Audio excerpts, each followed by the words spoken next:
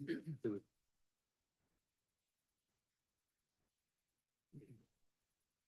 he coming back?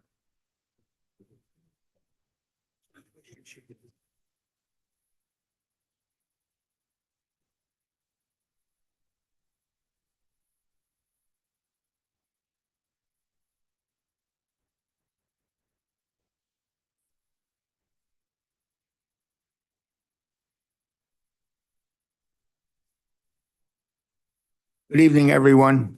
The Zoning Board of Adjustment regular meeting of June 24th, 2026 is now in session. Will everyone please stand for a salute to the flag? I Pledge allegiance to the flag of the United States of America, to the republic for which it stands, one nation, under God, indivisible, with liberty and justice for all.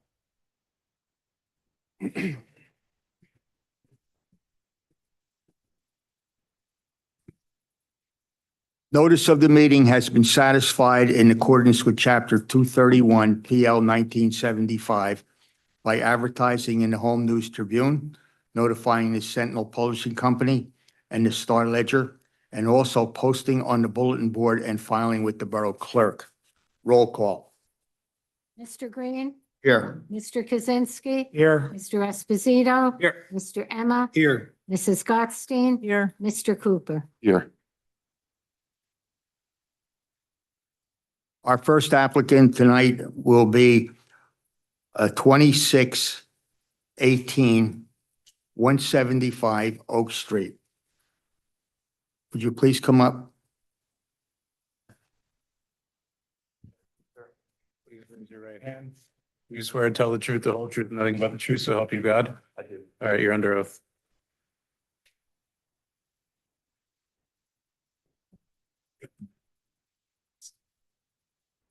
Would you tell the board exactly what you want to do in reference to your application?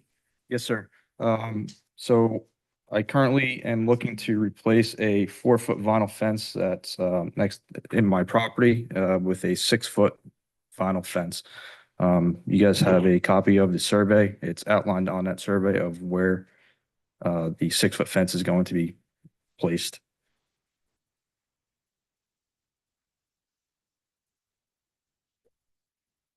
Am I correct by reading the schematic that you sent us that it's 24 feet in front and 47 feet to the side?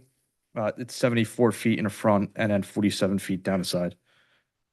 And there's a little section about 6 foot that comes off the house. And this will be 6-foot vinyl? Yes, sir. Any questions of the board concerning this application?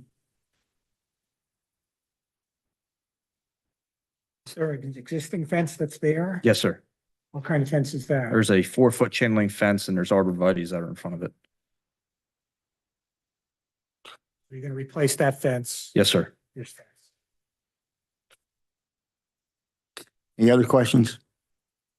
Okay, I'm going to open it to the public. Is there anyone from the public who wishes to speak in reference to this application? Hearing none, I close the public portion. What's the pleasure of the board concerning this application? Motion to approve? Second. I have a motion and a second to approve this application. Roll call. Mr. Green, Yes. Mr. Kaczynski. Yes. Mr. Esposito. Yes. Mr. Emma, Yes. Mrs. Gottstein. Yes. Mr. Cooper. Yes. Okay, your application's been approved. We will memorialize it on the 22nd of July. There's no need for you to be here. And then after that, you can go and get your permit at the construction office and Okay. proceed with the fence. Thank you, sir. Thank you, council. Yes, ma'am.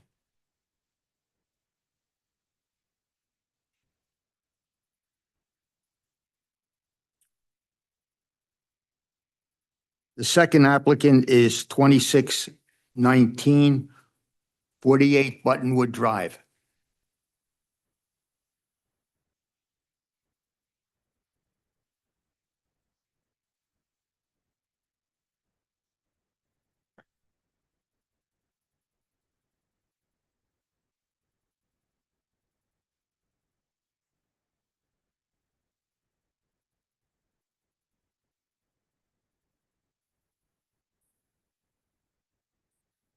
Raise your right hand. You swear to tell the truth, the whole truth, nothing but the truth, so help you God. I do. Can you give your name for the record? My name is Thomas Doris,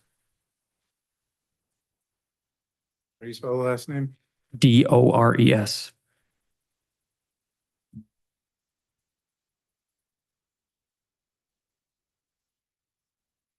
Sir? Did you send, I'm the homeowner. Oh, just to be clear, you're not the applicant. I'm the applicant's architect. Applicant's architect? Okay. I don't need to be here. He's the You're applicant. the applicant. So let me get your name and let me get you sworn in and your name on the record. All right, you swear to tell the truth, the whole truth, nothing but the truth, so help you God. Thank God. Yep. And what's your name for the record? Pijus Sen.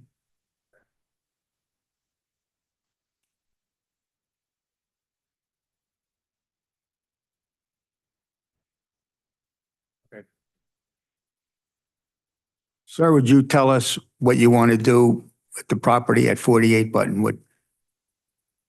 The owner is installing a rear and side facing addition that will accommodate an expanded bedroom, kitchen, and dining room. The applicants are concerned with or would like to age in place, and so they're expanding the ground floor living area. Additionally, there is a carport on the side of the house that is currently encroaching the side yard setback. They intend on reconstructing that, and it's in its existing location. It's currently a roof structure supported by 3 columns, so they will rebuild the 3 columns and roof. The addition also encroaches on the side yard setback. So our 2 variances are the side yard setback on the left side of the property, and we're also asking for a building coverage variance. We are currently the house is at 18.1%, and the new addition, which is approximately 475 square feet, will bring us to 26.7% building coverage. And this is an addition on the kitchen and the bedroom and bathroom, am I correct? Right, across the rear of the house, and then it extends to the left side. The front of the house, there's no construction at all, correct? No. Any questions from the board concerning this application? I do the, Well, sorry to jump in. Technically, the carport is on the side of the house, but it is adjacent to the front wall of the house. Okay. the addition is not going to go past the carport. No, it is not. Is the addition 2 stories? One story. Any other questions? No changes to the second floor. No.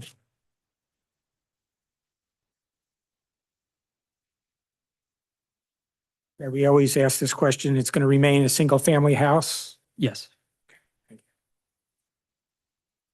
Going to open this to the public. Is there anyone from the public wish to speak in reference to this application, 48 Buttonwood? Hearing none, I close the public portion. It's the pleasure of the board concerning this application. I move the application be approved. Second. I have a motion and a second. Roll call. Mr. Green, Yes. Mr. Kaczynski. Yes. Mr. Esposito. Yes. Mr. Emma. Yes. Mrs. Bernstein. Yes. Mr. Coopman. Yes. Okay, your application's been approved. We'll memorialize it at our next meeting on July 22nd. After that date, you can stop and get the permits and start the process. Thank you. Thank you.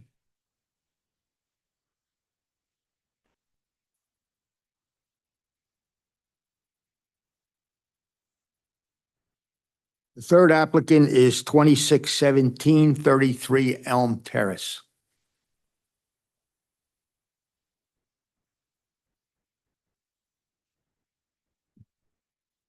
Raise your right hand. You swear to tell the truth, the whole truth, nothing but the truth to help you God. I do. All right, you're under oath.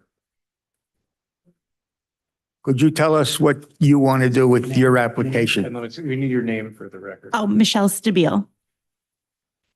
I would like to put a shed in my backyard that is bigger than the allowance. The one we would like is 288 square feet. We are on a slab. We don't have an attic. We don't have a basement. We don't have a garage. So we have nowhere to store a snow blower, lawnmower, weed whacker, garden tools, all the lawn stuff. I have 3 stepchildren that live with us, part-time. Their bikes, their sport equipment, summer furniture, any extra, paper towels and things like that. We just don't have room for in the house.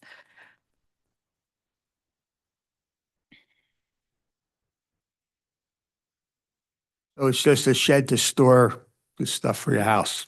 It's a shed to store things, but we will need bigger than 150 square feet just because of the size of things we need to store. Are the dimensions of your proposed shed 12 by 24 feet? Yes, sir. Okay.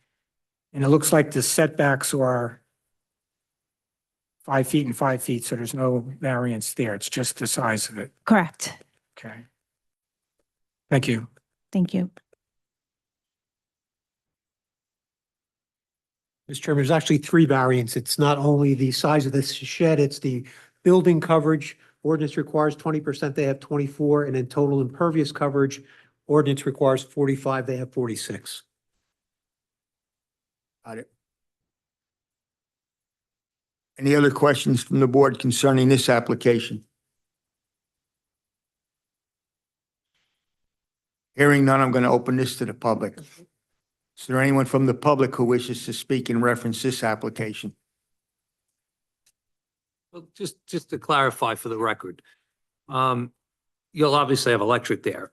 Are In you the putting- shed? Yeah. No, we're not, Lighting, no lights? no, we're not going to run lights. We have, like the caps on top of, they're solar powered on top Gotcha. of my fence. Yeah, we're not running any electricity through the Okay. shed. No plumbing? Because, you know, basically No. what I guess what we're asking and trying to guard against is someone resident, you know, someone living. Oh, there. So- no, I'm not Okay. trying to move anyone and no Gotcha. man cave or she shed, just for storage. Gotcha. Thank you. You're welcome. Hearing no one from the public, I'm going to close the public portion. Is there any more questions from the board? It's a pleasure to board concerning this application. Make a motion to approve. I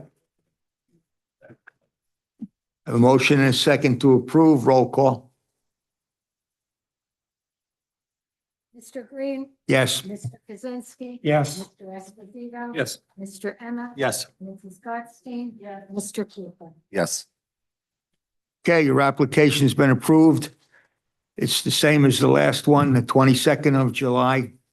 We'll memorialize it and you can stop down at the construction office and pick up your permits and proceed. Okay, thank you.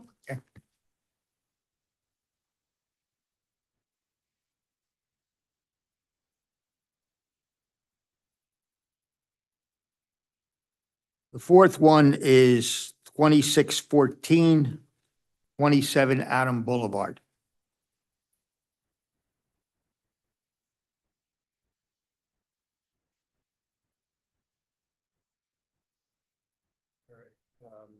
Both of you, please raise your right hand. Do you swear to tell the truth, the whole truth, nothing but the truth, so help you God? I do. You're both under oath, now you can give each of your names for the record. My name is Eugene Gerleski. Laura Sundquist.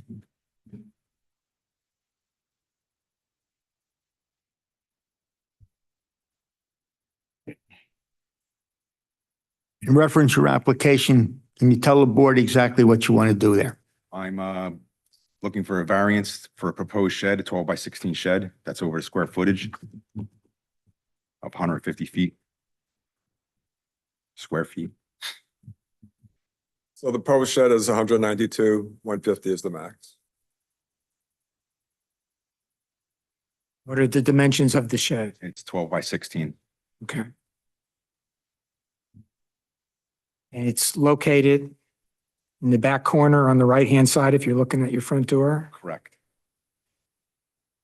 And I don't see on the drawing, I don't see distances from the property line to the shed. Do you know? So it's going to be about 5 foot off the fence. So the fence is in further than the property line. I don't know the exact dimension. Both the rear and the side, Yeah. 5 feet. Okay. And just like before, any electrical, any plumbing? No electric, no plumbing, no. Okay, thank you. Just for storage, correct? Just for storage, yes. And you have a fence up there already, correct? Correct. Yep. Any other questions from the board? Hearing no questions from the board, I'm going to open this to the public. Is there anyone from the public who wishes to speak in reference to this application? Hearing none, I close the public portion. What's the pleasure of the board concerning this application? Second the motion. I have a motion and a second. Roll call. Mr. Green? Yes. Mr. Kaczynski? Yes. Mr. Esposito? Yes. Mr. Emma? Yes. Mrs. Gottstein? Yes. Mr. Cooper? Yes. Okay, the application's been approved. The 22nd of July, we'll memorialize it here. You don't have to come to that meeting. Just stop down at the construction office and pick up your permit and start the shed. Great, thank you.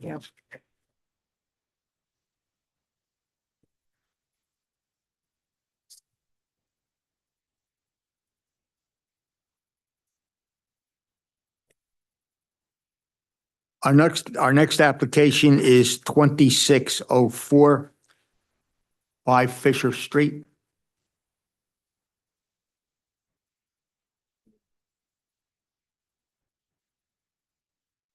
Good evening, Mr. Chairman and members of the board.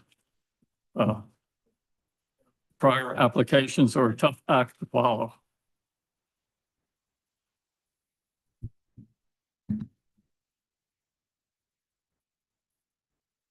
Over here good or on the other side? Okay.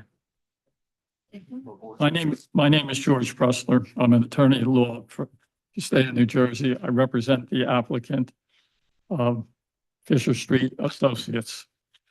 Their application is a request for an approval for a use variance to be added to the existing use to permit a future medical facility.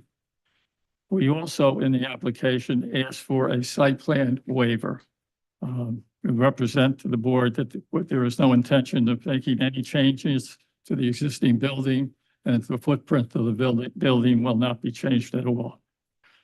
The premises located at 5 Fisher Street is the subject of this application, and it is at block 169.01, lots 6.02, 7.01, 8.01, and lot number 9.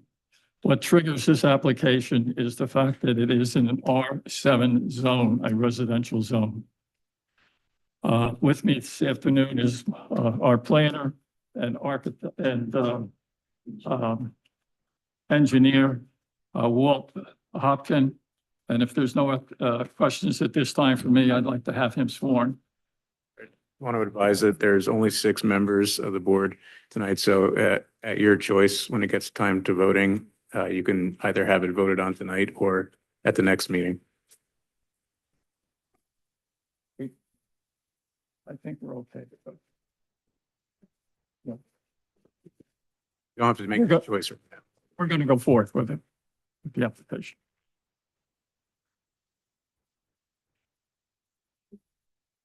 Raise your right hand. You swear to tell the truth, the whole truth, and nothing but the truth, so help you God. Yes, I do. If you could give your name for the record. Sure. Walter Hopkin, Hopkin. Would you set forth your qualifications to act as a planner and as an engineer for the board, please? I don't take it. Yeah. Yes, I have a Bachelor of Science in Civil Engineering from Drexel University. I'm a licensed engineer in the states of New Jersey, New York, Pennsylvania, Delaware, and Maryland. I'm a licensed planner in the state of New Jersey. I'm a licensed certified municipal engineer in the state of New Jersey. I'm going to stop you right there. We'll accept your credentials. Thank you. I Proceed. have had the pleasure of being qualified before this board, actually with the previous use variance in this application. So thank you, Mr. Chairman. So I'll briefly orient the board to the site, go over what's proposed, and then take any questions and go into the proofs for the use variance. It's a 26,561 square foot site. It's on the southwest corner of MacArthur and Fisher, also known as Block 169.01, lots 6.02, 7.01, 8.01, and 9, located in your R7 zone. The surrounding uses to the north are residential across Fisher. To the south, on the other side of the road is Wawa. To the east is a church, and to the west is vacant, I believe it's municipal land. As the board may or may not know, it's currently an existing hardware store that takes up the majority of the space.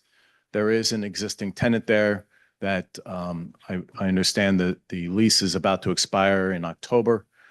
The applicant has been approached about potential medical uses at the site, and it would be their intention to convert this from the warehouse to completely medical office. What's proposed besides the use are no changes to the site.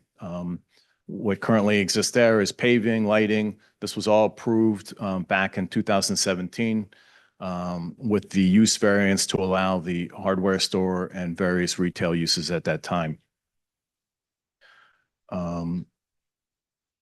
There is no changes to the footprint, no additional paving, no striping. Everything is to remain the same. There's currently 41 parking spaces on the site, which currently supports both the hardware use and then also the medical use. There was one space that I believe CME or Artheon's office, Mr. Cornell identified that was partially off the site. So we've excluded that from the calculation. So for the proposed, we're saying 40. The applicant's going to seek permission for that one parking space that encroaches onto adjacent property. We don't need it though. The applicant also asks to affirm what's happening now, which is in a small portion of 3 or 4 parking spaces, there's an outdoor seasonal display area that has been identified on this as the small brown shaded area. And if you've been by the site lately, you'll see a small tent with some seasonal items that are under there. As long as the current hardware use is in place, they would ask permission to allow that to continue to remain. When it's converted to medical, they would remove that. The parking complies now and would comply with all medical. I believe your professionals have reviewed our calculations for that and concur. And there are some various sheds and material, we'll call it to the south of the site, which are slightly off of the applicant's property, and I believe it's on the municipal property, and they would agree to remove those. That's it for what's proposed on the site. There are a lot of, or several variances and waivers that were previously granted. I don't know if the board has questions about what's proposed or how you'd like me to proceed next.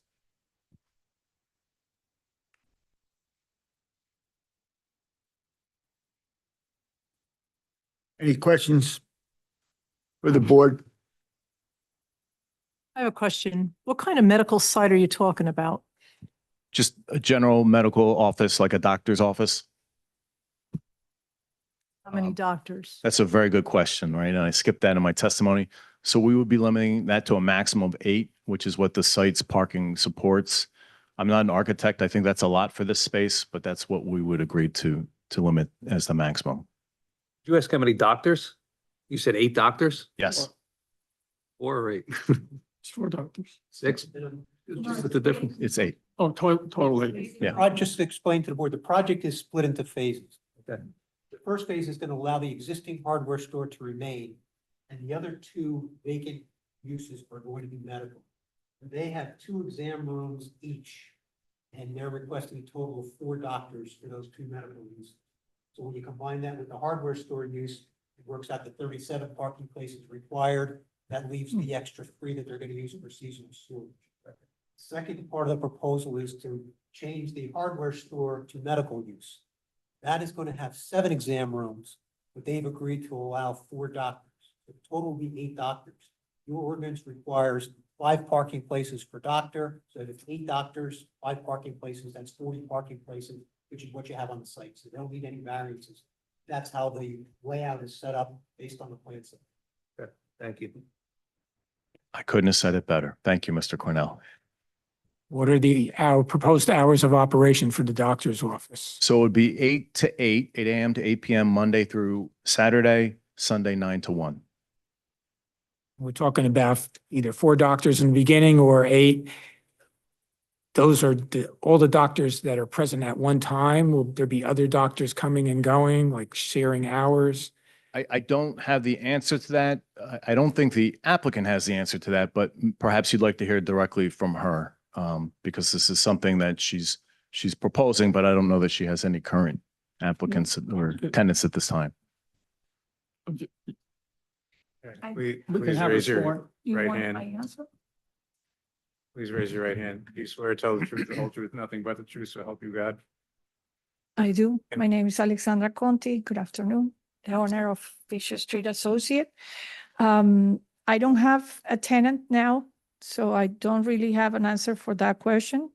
But as any other just specialist or doctor office, sometimes you have 1, 2 doctors. If it's a dentist, it could be 2 dentists, and then that's what is on the office plus the hygienist. So that is what I have in mind, but I don't have a tenant now to give you a specific answer for that question.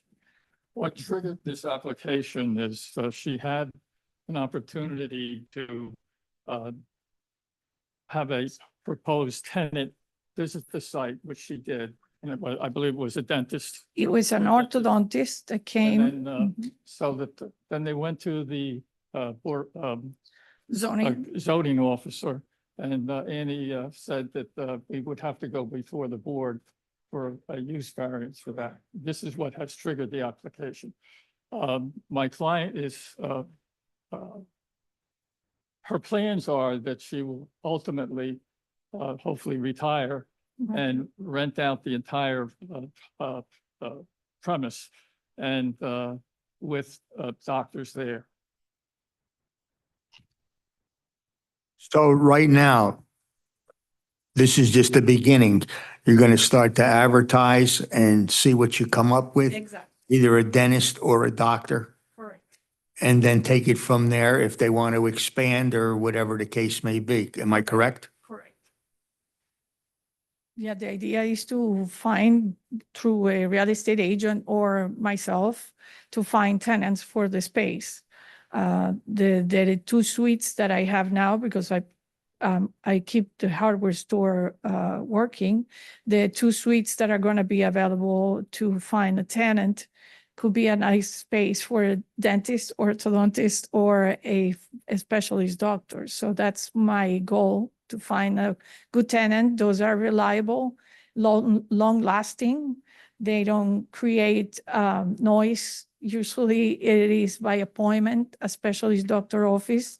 So it's not too much traffic also. So you won't get any hours or anything until you get a tenant in there, and then you'll know it at that point. Look around. We have one specialist doctor office in Main Street, very close to our city hall. And to tell you the truth, I didn't notice it until I was thinking on a tenant like that. They have the schedule. They open at 9 in the morning, but my hardware store opens at 8. That's why I keep the 8 a.m. And they open at 9 and close at 6 p.m. most of the days. And then they have 2 days that they close later at 7, I guess, permitting patients to come after work. And they don't work on Sunday, and it's very close here. So that's why give me the idea that would be perfect for a residential area, because you don't really notice it. Now, the tenant that you have there now, that lease expires in October? Yes. She's not only expiring the lease, is that she's in default already. She's behind in her lease agreement. So at this point, it's only a matter of time that I request her to leave. And at that point, I'm going to have the place completely empty. Okay, so when she leaves, this new situation that you want will play into it too, that part will be, Immediately after, actually, I'm gonna start looking before she leaves. okay. The opportunities. But yes, I didn't want to have the place completely closed. It doesn't look good and it's more work for me to maintain. So at least she's maintaining clean the space. That is what is important. It doesn't look abandoned.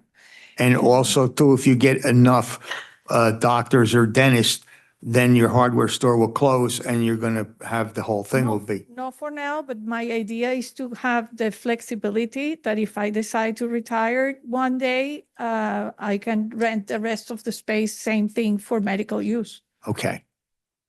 Where am I gonna buy all my tools I don't use? I would try to last the long I can. I have a collection of them. Mr. Chairman, also, the existing building has some outside storage space for the hardware store.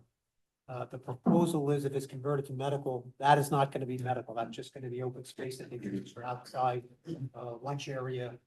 The garden, what is today, who knows the store, considered the garden area that is out, practically the outside part of the store. Yes, we put it as a sitting area, maybe it can be waiting area, coffee room for the doctors. And also, could you explain the signage? You're not proposing any signage. You talk about. I'm not proposing any changes on the signage. First of all, because the monumental signage is already well placed and it has the space for the 3 commercial spaces. So they should be good to put the signage, the principal one over there. And then on the top of each commercial suite, it has a space for signage. And plus any doctor that will come anyway have to go towards zoning again. So if they need something special, they have to refer to you for the right applications. When you refer to the storage sheds on the outside, you said they're going to be removed or moved? So the fence is going to be moved and replaced on my property line. And the sheds are going to be removed. Removed, okay. All right. There's a number of containers and sheds that are on the adjacent county property that they're noted on the plan to be removed. The existing fence is shown to be relocated. Yeah. So have you been asked to remove that, or are you doing it on your own accord? I have been asked because it's not totally my property Understood. line. And also because I complied with the rules of the board. Mr. Fowler, you want to add anything? Just to clarify on Mr. Cornell's point that there's 2 phases or 2 options, and the applicant would like both of those approved. The one option or phase being that the hardware store would remain. The 2 vacant spaces would be for a doctor's office, medical, 4 doctors total, requiring 37 spaces, and 3 spaces would be used for outdoor storage. And then the second part of it would be approved for all medical, in which case it'd be a maximum of 8 doctors, 40 parking spaces, and the 3 outdoor storage spaces or areas will be removed. So we're approving both things tonight, the option to retain the hardware store, an option to have and impart medical, or have all medical with a maximum of 8 doctors. Mr. Cornell, do you have anything you want to add? No, Mr. Chairman, but what that means is if for some reason she has tenants that require 9 doctors, she'll have to come back to the board. If those doctors want to put additional signage up, they'll have to come back to the board. If she wants to change the hours of operation and what she talked about, she'll have to come back to the board. So even though there's no specific tenants, you're giving her guidelines that she's going to have to follow. That'll be in the resolution. Anything beyond that will require her coming back to the board. And also any signs will come back to the board. She's going to use the existing freestanding and use the tenant signs above the 3 spaces. If it turns out she needs more than that, then she'll have to come back to the board. Okay. Any other questions from the board? Hearing no other questions from the board, I'm going to open it to the public in reference this. Is there anyone from the public who wishes to speak?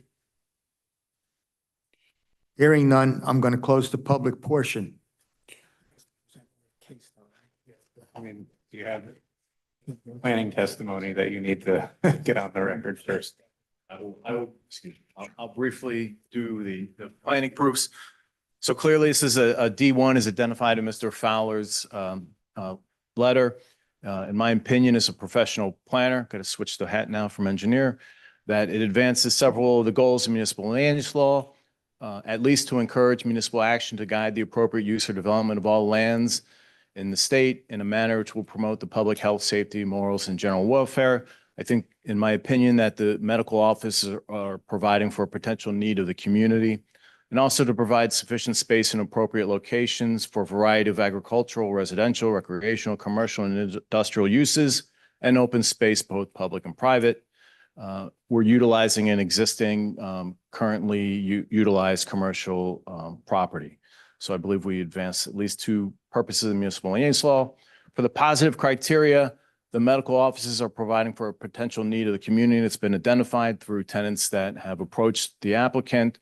Also, you've heard about the difficulty that the applicant has with renting the current uses, and this will allow this existing commercial space to be economically viable. It's clearly an appropriate use of the property. The existing roadway access, circulation patterns, and site infrastructure support the use. And the application also advances several portions of the borough's master plan, specifically an objective of maintaining a viable commercial community entity and encouraging desirable business growth. So it'll kind of help prop up this property. As far as negative criteria, in my professional opinion as a planner, the neighborhood has become acclimated to this commercial use, and converting this to medical would provide no substantial negative impact. Special reasons for the property. Clearly, the site is particularly suited as it is currently a commercial and retail use, and provides, in my opinion, a transition from the retail uses at the intersection to the residential community on the other side. So therefore, it's my opinion as a professional planner that the use variance can be granted by the board because the benefits of providing the community with the medical offices, as well as all the previously stated reasons, outweigh any detriment of granting these exceptions. Furthermore, it's my opinion that there will be no substantial impairment to the neighborhood, public good, municipal master plan, or zone plan. Okay. Mr. Fowler, do you have any comment on that? Testimony was very well done. Okay. Hit all the points. Any other questions from the board? Mr. Pressler, you have anything you want to add? That's it? It's a pleasure to board. We'll reopen it to the public. Yeah, new testimony, come on. Okay. All right, I'm going to open it to the public again. Is there anyone from the public who wishes to speak in reference to this application? Hearing none, I close the public portion. It's a pleasure to board. He knows that. Is he going to go ahead? Are you going ahead, Mr. Pressler, concerning this with 6 members? Yes. I am. Mr. Chairman, I move that the application be approved. I have a motion and a second to approve this application. Roll call. Mr. Green? Yes. Mr. Kaczynski? Yes. Mr. Esposito? Yes. Mr. Emma? Yes. Mr. Stotsky? Yes. Mr. Booth? Yes. Okay, the application's been approved. The memorialization will be on the 22nd of July, after which you can proceed. Thank you very much.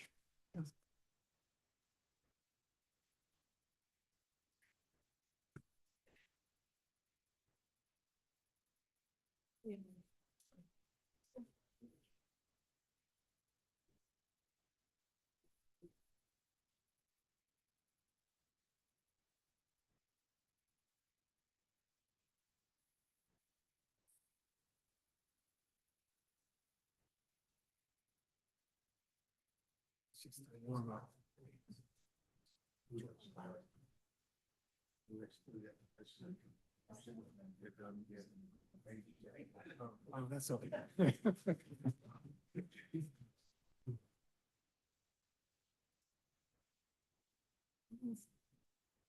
All right, our next Our next application is 2615, which was a carryover, 30 Bamehurst Avenue.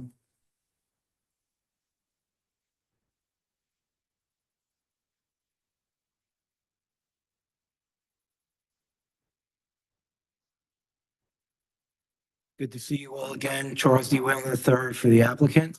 This application of Giovanni Alba, a Sayreville resident, for variances to construct a new single-family home on the property at 30 Bamehurst Avenue. It's a continuation of the prior month's hearing. The board had some questions.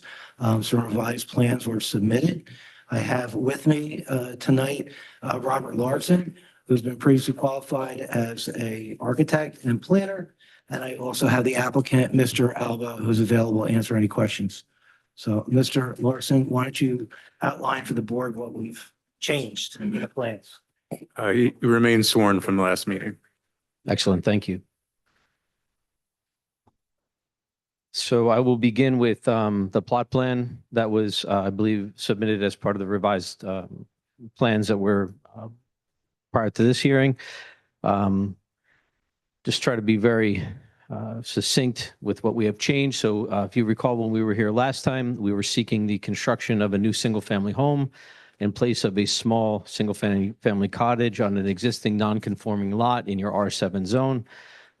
Through discussions with the board, there was a particular concern about the side yard. And you asked us to look at widening the side yard to 5 feet, which we have. We also were able to then reduce the total building coverage as well as the total coverage on the site. By that corresponding, we made the house 2 feet thinner that was proposed. We were able to still keep what I think is a good viable house. It's 17 feet wide. We were able to modify the architecture a little bit to still, again, keep it being a 3-bedroom home with a 1-car garage. The particular numbers, and I believe it was actually the chairman who requested that we get down to 35%. So the maximum building coverage permitted is 20%, 15% exists.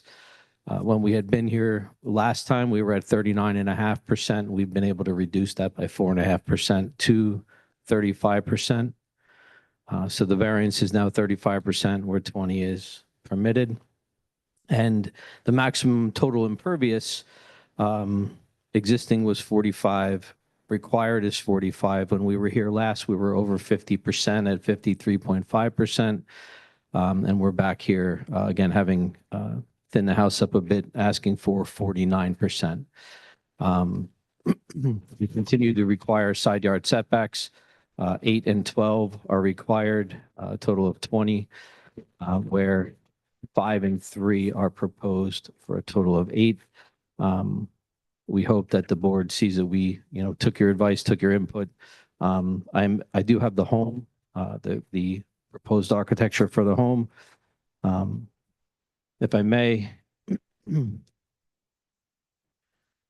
So again, this is sheet A1.1, which was submitted as part of this application. And you can see that we continue to have what I think is an attractive single-family home, 2 feet thinner, still a 1-car garage, still approximately 1,900 total square feet, 3 bedrooms. We continue to seek these variances, but as adjusted per our last hearing.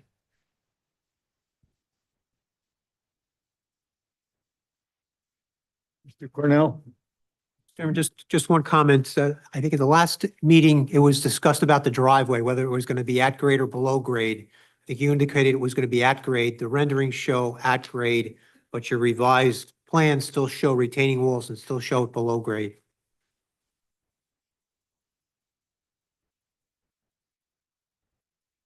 That is a mistake on the plot plan then, because it is not the intention.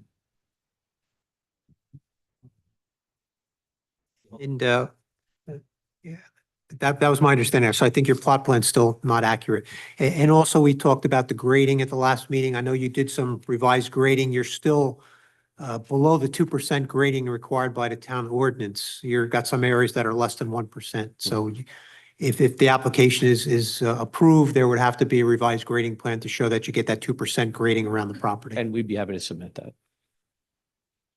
And just to be clear, and if there was an error on the plot plan, the architecture is accurate, has been depicted. It's an on-grade driveway there's an existing access for a curb cut, a one-car garage. We do comply with the front yard setback.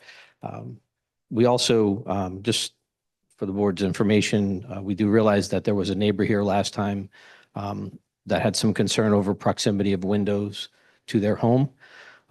So while the home has a 5-foot setback now, which increases the distance, if you were to look at the plans, the first window on the second floor does not occur for 24 feet to the rear. Well, actually, I'm sorry, the second floor window is 34 feet from the front.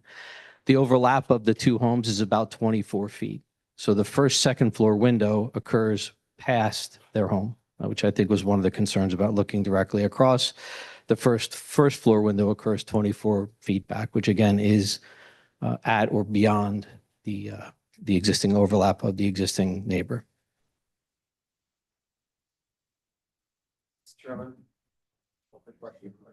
Yes. On your, I guess more like a photograph on the top, it's like a photograph, then the line drawing at the bottom. The top one is on the left is showing a window and a door on the left-hand side, the bottom just showing a door. The bottom was the accurate one.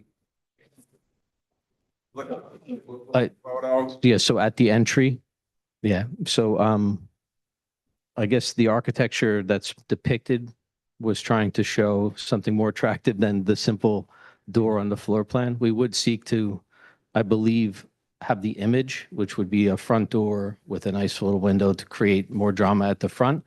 But if there were a particular desire of the board, we'd certainly. I don't know if you can fit the door. You are correct. It actually should be a side light. So that looks like it's a 3-foot door with a 12-inch side light. So thank you for clarifying. This artistic representation should be fixed to show a door with a side light.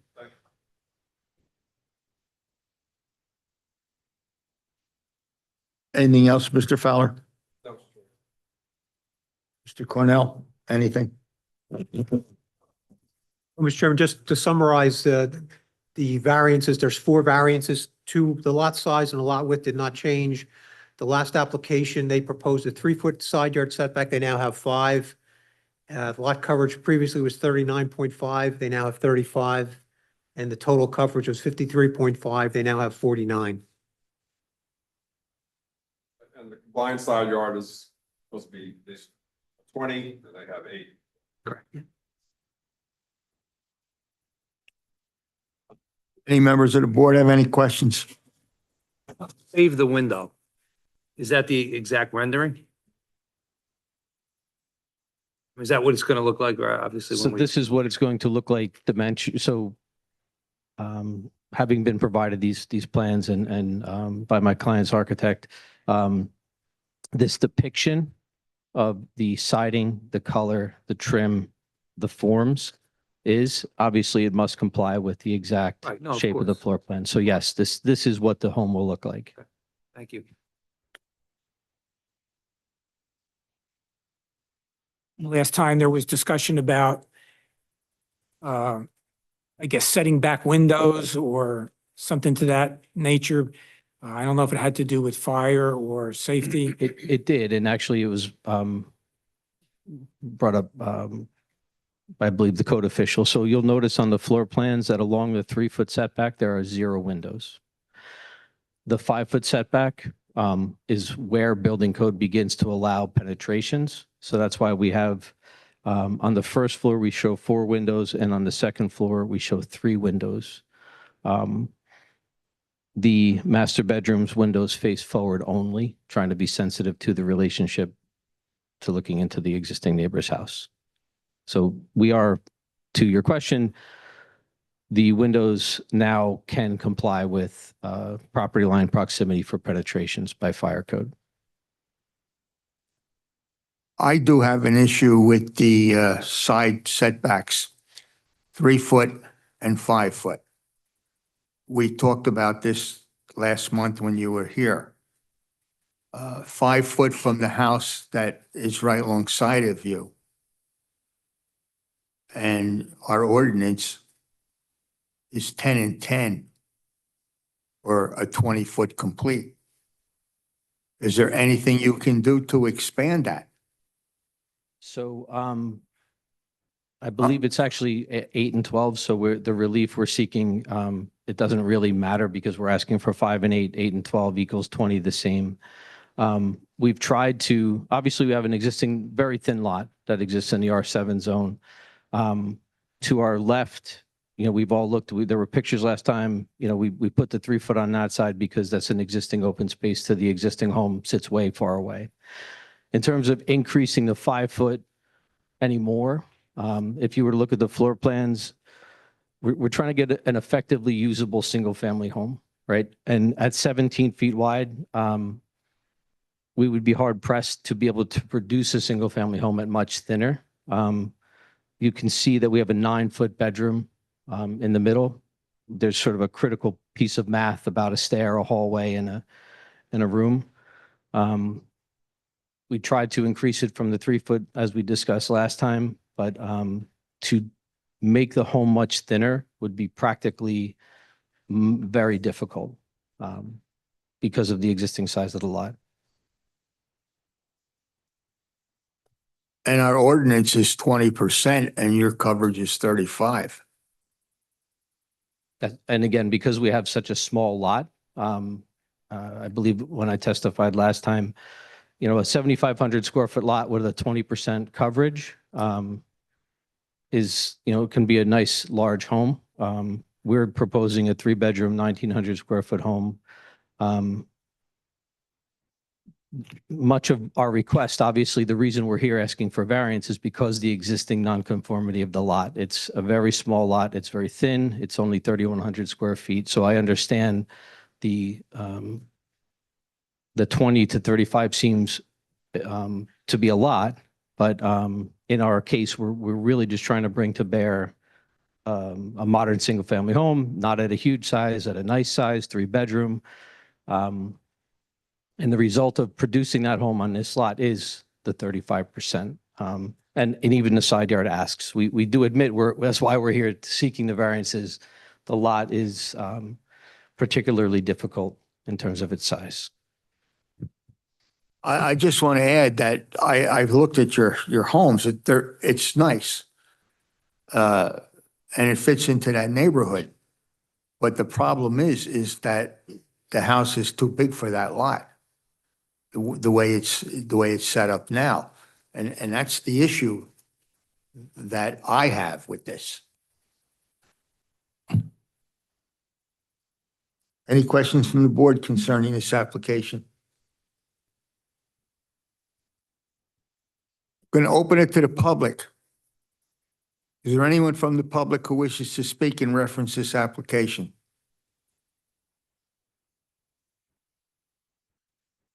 Hearing none, I close the public portion. Mr. Chairman, before there's a vote, I've been doing this for about 45 years all over the state. And we have a 25-foot wide lot. And somehow that got created. We know, before there was land use, subdivision and zoning, that a builder could basically record a map with a grid on it, and that created the building lots. And now we have much more drilling down into these situations. You got a 25-foot lot with a house that's set way back. And what the applicant's proposing is to create a streetscape, a very attractive new house that's going to improve the neighborhood. We can't do anything about the 25 feet. And there's something in the law about not zoning a property in utility. I mean, if the board denies the application, the applicant's not stuck with a lot they can't build on. There's a house right there, but this is much nicer. It's much nicer. So, just ask the board to consider that the borough, essentially created the 25-foot lot or blessed the 25-foot lot, until the zoning changed. And now, need a much bigger lot to build a house. But I think it is a nice addition. I don't live here, but I think it's a nice addition to the borough. And that's all I have to say. Jay, was there ever a house there? There's currently a house there. I know that's not a house. Was it ever built on, or was it always an empty lot? No, there's an existing house that's on the It's property. little though, right? That's the small house is all that's been there, yes. Nothing else. Correct. The house is all the way in the back. Yeah, no, I've been And there. it really doesn't provide any kind of a rear yard. If family with kids who have no place to play in the back. So this also addresses that. Was the property ever subdivided? We know. Mr. Chairman, not to my knowledge. Have you ever thought of the possibility of the house that's there now? That you make a second story to it? Try, but it does not look attractive at all. I have some drawings and it still does not allow me to move. Because I spoke to the zoning officer, to Mr. Andrew, and he said, I couldn't go up, not to the side. So it's still be really narrow. I believe right now it's like 14 feet width. That's the width of the house currently. Well, the issue that I have, it's a nice house, there's no doubt, and it fits the neighborhood. Where I have my problem is we have an ordinance that's 20% and yours is 35, and we have a 5-foot side setback and a 3-foot setback on the sides. That is a big problem. It's a safety problem, no doubt. And you're saying that your testimony is that you can't do anything about that. It has to stay that way. Mr. Chairman, there is no evidence that's on the record of any kind. We never got a report talking about a safety issue. I mean, I understand everyone needs to use their common sense, in looking at things or whatever, but there is no evidence in the record that it's a safety problem. I mean, we came before the board last month and the board, indicated that looking for the side yard setback to be expanded, which was done. I mean, we spoke about 5 feet last month. And the applicant addressed all these things, and the applicant can't address everything perfectly because it is a small lot, but that's why we're before the board for variances. So, I mean, I'm not aware of any kind of a safety hazard at all on the property. I'm not saying that there's a safety hazard right now, but there could be. You could have a fire. You could have things that could develop. But there's no evidence that a fire truck would not be able to properly access the new house to put a fire out. Well, 5 foot from the house that's there, that exists there now, Well, I think that's close. I think a fire truck would have a problem fighting a fire, the house that's in the back also. So, I mean, there's no perfect solution, but like the applicant has proceeded in good faith, was here last month, heard the concerns of the board and came back with plans. And I don't think you can make a skinnier house. I mean, I'd love to be able to do that, but it would actually a skinnier house would look kind of ridiculous. It wouldn't be good for the neighborhood. And ultimately, that's what we're trying to do. I'm not saying that the applicant came in bad faith. No. He came in good faith. I mean, the house is nice. Yeah. The issue is not the applicant. The issue is the size of the lot and the house that has to go there. Right. That's our issue. Right. And at one time, 25 foot wide lot was sufficient under whatever laws applied in the borough. And then the zoning changed and all of a sudden it became a deficient lot. And the applicant is trying to do the best that he can with the lot that is created. Does not want to be in a position where he can't do anything with the lot. I guess he could be left that way to do nothing except leave that house there. But I mean, honestly, this is a pretty house. And I think it would be much better for the borough to permit him to do this. And everyone has their concerns, and that's why we're here. And we're kind of talking it out. Are we allowed, let me ask this. At what point, or is there a point where the fire inspector says this can't be built during the plan process? Is he ever consulted when building a house?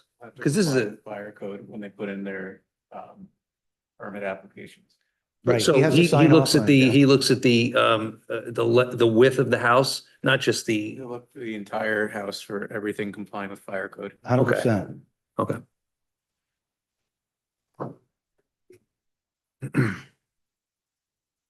And I think that's I think that's a fair way to approach it is let he's kind of the expert. He's the one you're relying on. He's hired to do that. Let him say whether it's a problem or not. I mean, typically these plans typically get reviewed by a fire official. I didn't see any comment by your fire official that said they thought it was dangerous or a problem or whatever, but I guess there's that additional checkpoint when the construction application submitted that he gets to have his say on it. Any comment that you want to make, Mr. Cornell? Mr. Ernest, I think to that issue, the fire official typically wouldn't review an application for bulk variance when it's before the board. He would perform his review when plans are actually submitted to the building department for the building permits. This, regardless, the fire marshal may could nix it if he chooses to. I don't know how much room is needed. To your point, it's tight, I'm sure. You're wearing a tank behind, I mean, it's tight, but this isn't a done deal till. Right. If this doesn't comply with the fire code for any reason that the fire marshal determines, then they're back here. Wouldn't we want that before you present to us? Wouldn't you want to, I mean, that's a big selling point for you, right? If I may, so acting as, speaking as an architect, the proximity of this home to his property lines is what caused our conversation about the windows. It's very likely when I go to submit to the fire official, I must meet fire code. It's very likely that this home is going to have exterior fire rating, which happens when you get close to property lines. Again, being from Sayreville, there are a number of homes that exist at 3 foot or less proximal to another home in various neighborhoods. The home that we're bringing has to comply with current fire code, not just by the fire code official, but me as an architect, I have to sign this off that I have proper fire rating, fire type, and construction for this home. So in my opinion, this home is going to be built to a greater standard than most other homes that exist, than all other homes that exist that were built previously. Fire codes have become much more stringent these days. In terms of safe access, once again, being from here, the 5 foot side yard has increased the ability for any safety personnel to be able to traverse to the rear yard. I believe it's, that is ample. In terms of the home, the front door, the access for safety personnel to get in and out is absolutely safe. It's very typical, very standard, very normal for this neighborhood. So if safety is a concern, I'm confident that this home is going to be to a greater standard than many others that exist in neighborhoods of similar fabric. In terms of its proximity to the property line on the right, the 5 feet, we can't just have endless windows. We have limited windows because of compliance with fire code. The adjacent home exists approximately another 3 feet to the side. I believe we're providing safe access. The reason we don't go to fire officials for a single family home, we often go to them for multifamily developments, for other accesses, for more serious access. He'll have to sign off on, as will all your local your subcode officials, on our construction drawings when these are submitted. The proximity to the property line will cause him to review it for that compliance, but it'll have to comply with, again, proximity to fire line, rating, and gypsum thickness and all those things. We have to. Thank you. I want to ask the property owner a question. How long have you owned the property? Since 2024. 2024? 24? She's my wife, by the way. 24, yes, it's 2 years. You bought it 2 years ago. I'm sorry, no, 22. I work with numbers. I got all my numbers messed up. You're sure? 2022? 22, yes, 22, because I know I didn't touch it for a year. When you bought it in 22, the house that was there now was there then? Yes, And did you rent that house out? I tried renting it twice and then the tenant didn't last very long. So when you got the house, there was nobody living in that house that's there now? Correct. Yeah, it was vacant. It was empty? Correct. And it was your decision after buying that lot in 22, seeing the way it was, that you wanted to take that house down that was there and build this one, correct? Correct. Okay. So you knew what the size of the lot was when you wanted to put this here? I didn't know that wasn't on the size lot. I thought it was a number size lot. Did you investigate the zoning requirements when you purchased the property? No, I did not know that wasn't on the size lot. Well, that's an issue. Address the board. Come up. Okay. This is Just my Alba. wife. I'm his wife. All right. Please raise your right hand.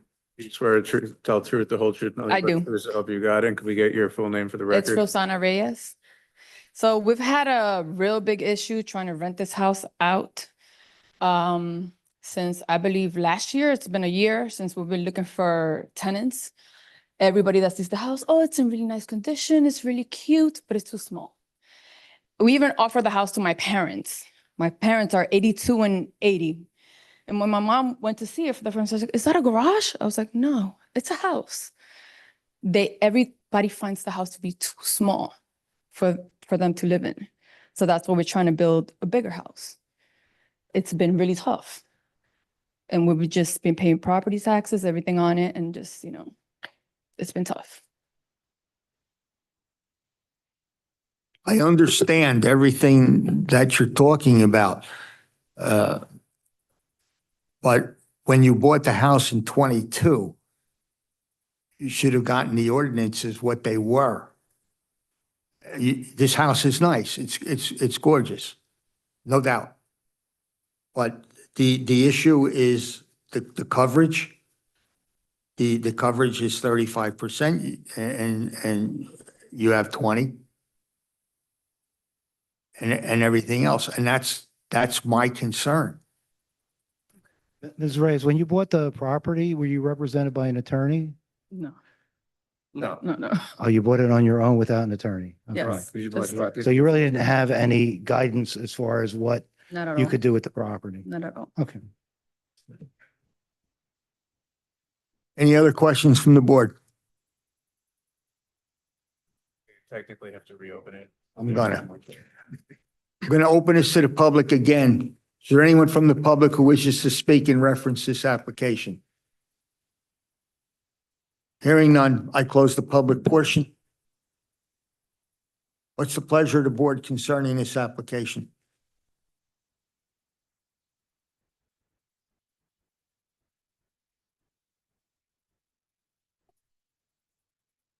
I'm voting no on this application.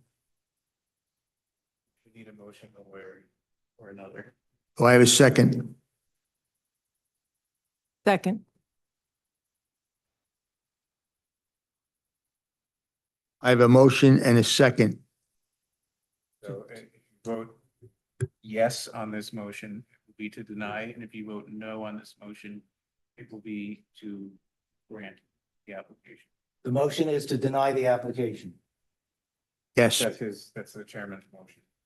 How many votes, just before we vote, how many votes are required either way? You need 4 votes. To deny, you need 4 votes to deny? Both ways. Okay.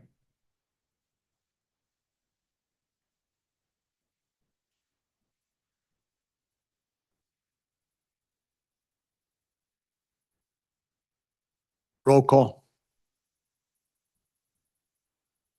Mr. Green, Yes. Mr. Kaczynski. Yes. Mr. Esposito, Yes. Mr. Emma, Yes. Mrs. Gottstein, Yes. Mr. Cooper. Yes. Okay, I have votes to deny the application. Thank you. Have a good evening. Thank you.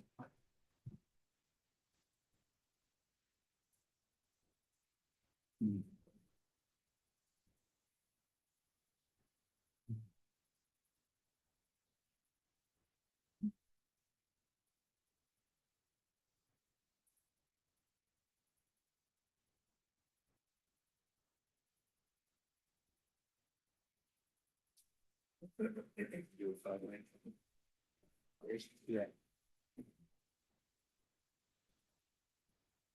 going to take a 5-minute break.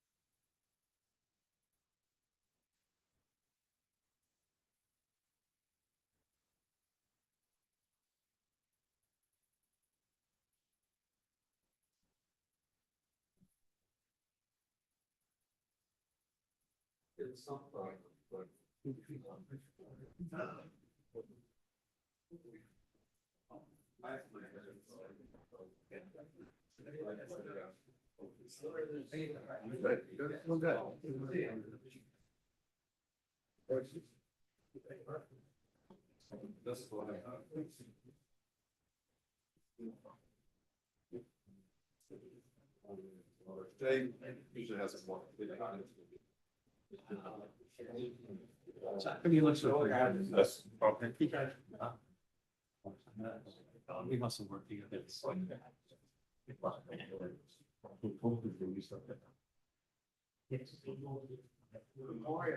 I'm good, Ron. How you doing? I know. I have this. Sir? I see.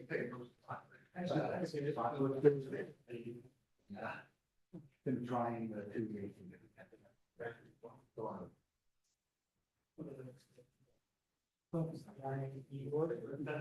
Yeah, I still have. In fact, the reason I'm doing it is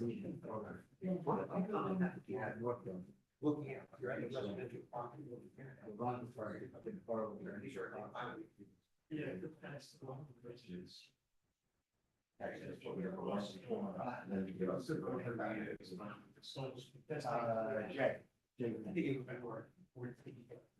Although I have less. You're in the second story of this house over here. That's I don't know. Yeah. Associated to do something. Yeah.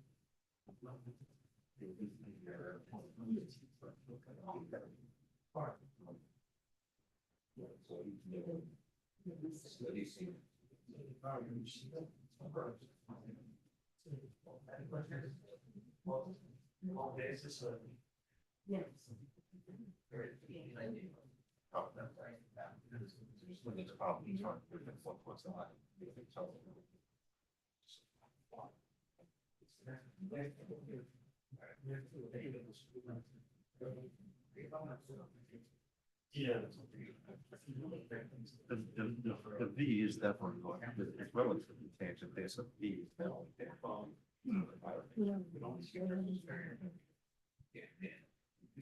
there.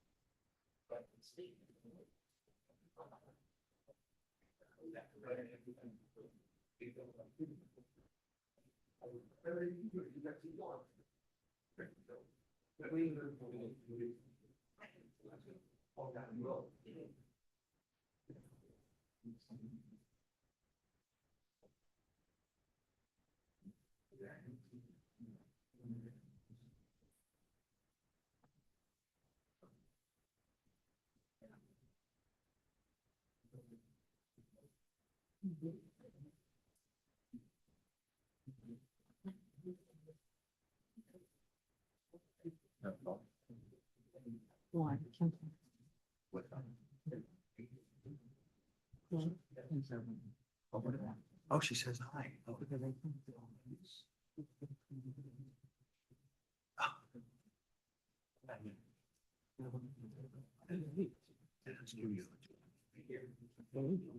Oh, good for her.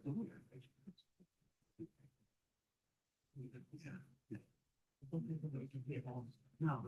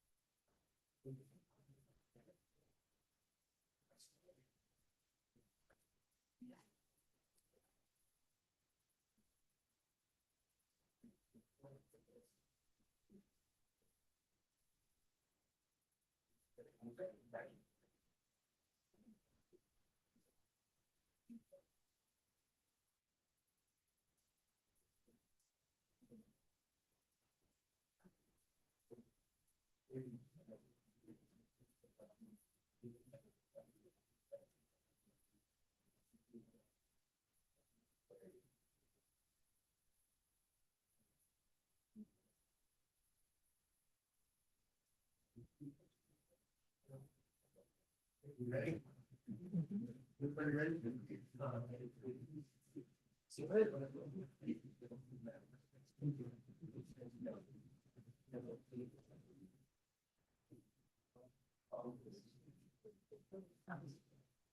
I'm going to call the zoning board of adjustment meeting back in order. After the 5-minute recess, roll call.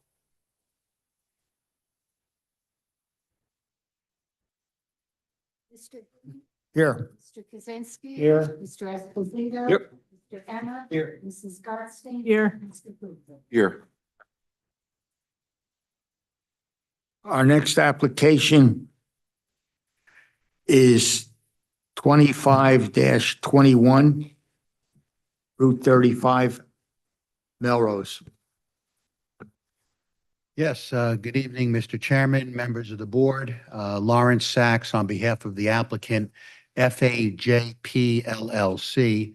The property is located at block 301.01. It's lots 22 and 23. The property is in your B3 zone.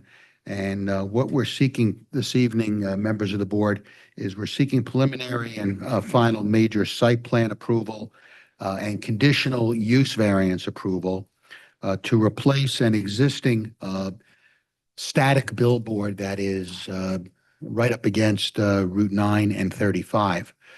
In fact, at the present time, that billboard is within the right-of-way of Routes 9 and 35. And just for some historical perspective, the billboard was probably erected in the 1950s when Route 9 and 35 was not as wide as it is. And I think over time, there's been takings of property, probably dedications by that property owner. But as we stand here today, that billboard, which by the way still has advertising on it, is within the right-of-way. So what we're proposing tonight is to demolish that billboard, to move it back out of the right-of-way, to put it back onto our property, and to construct a new two-sided digital billboard at that location. I do have 3 witnesses here this evening. I have my engineer, Mr. Mark Lieber from East Point Engineering, who will basically describe the site plan for you. I have Mr. Carl Penke, who is a traffic engineer. He will talk about the process with regard to the billboard permitting process, and any concerns regarding visibility and issues with respect to that. And finally, of course, I have a professional planner here this evening, Ms. Colleen McGurk, who will address the conditional use variance that we're seeking. So, Mr. Chairman, without further ado, if I can have Mr. Lieber sworn in, and he'll guide you through the site plan and certainly answer any questions you might have. Just want to note, same rules apply, 6 members, E variance, your option when we get to the vote. That's fine, Mr. Fisher. Okay, proceed. Good evening. Raise your right hand. Do you swear to tell the truth, the whole truth, nothing but the truth, so help you God? Yes, I do. Okay, Mr. Lieber, if you can give the board the benefit of your professional qualifications and background. Hi, it's Mark with a C. Last name is Lieber, L-E-B-E-R. Graduated with a Bachelor of Science degree from Drexel University in Civil Engineering, a graduate degree, MBA from Rutgers Grad School, and was licensed in 2003 as an engineer. I've appeared before this board numerous times and. Okay, you can stop there. We'll. Thank you. We accept your credentials. Okay. All right. So, Mr. Lieber, if you can give the board the benefit of your testimony as to what's being proposed, the existing site conditions, and eventually we'll go through Mr. Cornell's report because I know he had some questions. Alrighty, so we had submitted plans that were last revised on January 28th of this year. I'm sorry, January 8th of this year. It's consisting of 3 sheets. It's block 301.01. It's lots 22 and 23. This property is very unusually shaped. It's mostly all frontage on the highway and Kearney Avenue. It's like a triangle. And when you add the 2 lots together, you get about 0.18 acres. Other than the fact that there is that existing billboard right along the highway, the rest of the property is vacant. On lot 23, there's a paved parking lot that almost gives the appearance that it's part of that former restaurant. although it's a separate lot that's attached to this one. Along the highway, we have about 206 feet of frontage, and we're in the B3 zone district. Now, the proposal here, as you heard a moment ago, is to remove the existing freestanding billboard and to construct a new modern pylon billboard. We had dimensioned on our plan that the pylon would be set back 10 feet from the right of way along the highway. And this board, which measures 10.5 feet high by 36 feet wide, which would be two-sided, would be placed such that the edge of the board is 15.5 feet from our adjacent neighbor at Lot 5 and 30.1 feet from Kearney Avenue. If you're looking for dimensions vertically, the top of the structure is at 45 feet. Below the 10.5 foot high panel, there's a 3-foot apron below that. So if you were to measure from the bottom of the apron to the ground, it'd be 31.5 feet. We had sent in some photographs of the property. I think there were 4 photographs. I have them with me as well. First one was a southbound view along the highway, just to show you the Peniac Roofing Company's advertisement. You'll see in the distance some houses on Kearney Avenue. There's another photo after that showing the back of that billboard because it's taken from Kearney Avenue looking north on the highway. The last 2 photos we had done were tried to do some renderings as to what this would look like from a passerby on the highway with a pylon mounted cantilever billboard. We do a V shape so it'd be visible from both north and southbound traffic. Because the bottom of that screen is over 30 feet from grade, it would easily clear the second floor windows of that house that's located across the street. It also doesn't provide any sight distance obstructions or block any traffic. The billboard that's out there today is in a very awkward position. It is partly in the right of way. It does also obscure cars exiting Kearney. The billboard is digital, so there's no uplighting.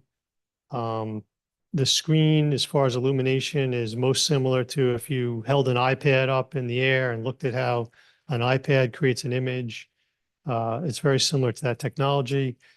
And it could also be either dimmed or turned off at any particular hour. Now, this type of a use is a conditionally permitted use in the B3 zone. There are a couple of conditions which we're going to go through in detail tonight that we do not comply with. Some of them have to do with spacing and the setbacks for the billboard as well as buffering. We have a detailed letter from your planner, Mr. Fowler, which goes through each and every one of these items. But I'm handling engineering, so I did want to go straight to the borough engineer's letter, Mr. Cornell, which is the June 24th letter, which originally deemed the application complete. He does indicate what's proposed, and there are a couple of technical comments, namely on page 2 about status of a DOT permit, which we have that as well tonight to discuss. Excuse me. Oh, yes. Chairman, just Yeah. since everything's so tied up here, Yeah. it's kind of hard for the board members to see what what you're talking about. Did you have a board with plan posted on it that members could see? I have the plan that was submitted with the board Nothing that packets. you have that you can speak to and I typically wouldn't bring something like this on a board. All I'm referencing is sheet 3 in my plan set, which shows the placement of that billboard on the property. I can give it to Mr. Sachs. Easel? He's my easel. Thank you. Again, this is the property here. There's lot 23, which is the tip of the triangle at the top. The circle, the pylon is 10 feet from the right-of-way line of the highway. The wing, I call it, of the southbound facing side is 15.5 feet from lot 5. And the wing toward Kearney is 30.1 feet. The rest of the lot is vacant. We do have one parking spot just for maintenance. And then we provided a detail with a couple of shrubs on the pylon base, but the rest of the lot would be vacant. The existing billboard would come down. borrow that for a second. You didn't know easels could talk. Can you talk a little bit, Mr. Lieber, about the landscaping that's being proposed? It's just landscaping along the base. There was a question if we could provide a evergreen screen buffer to lot 5, which we could absolutely provide.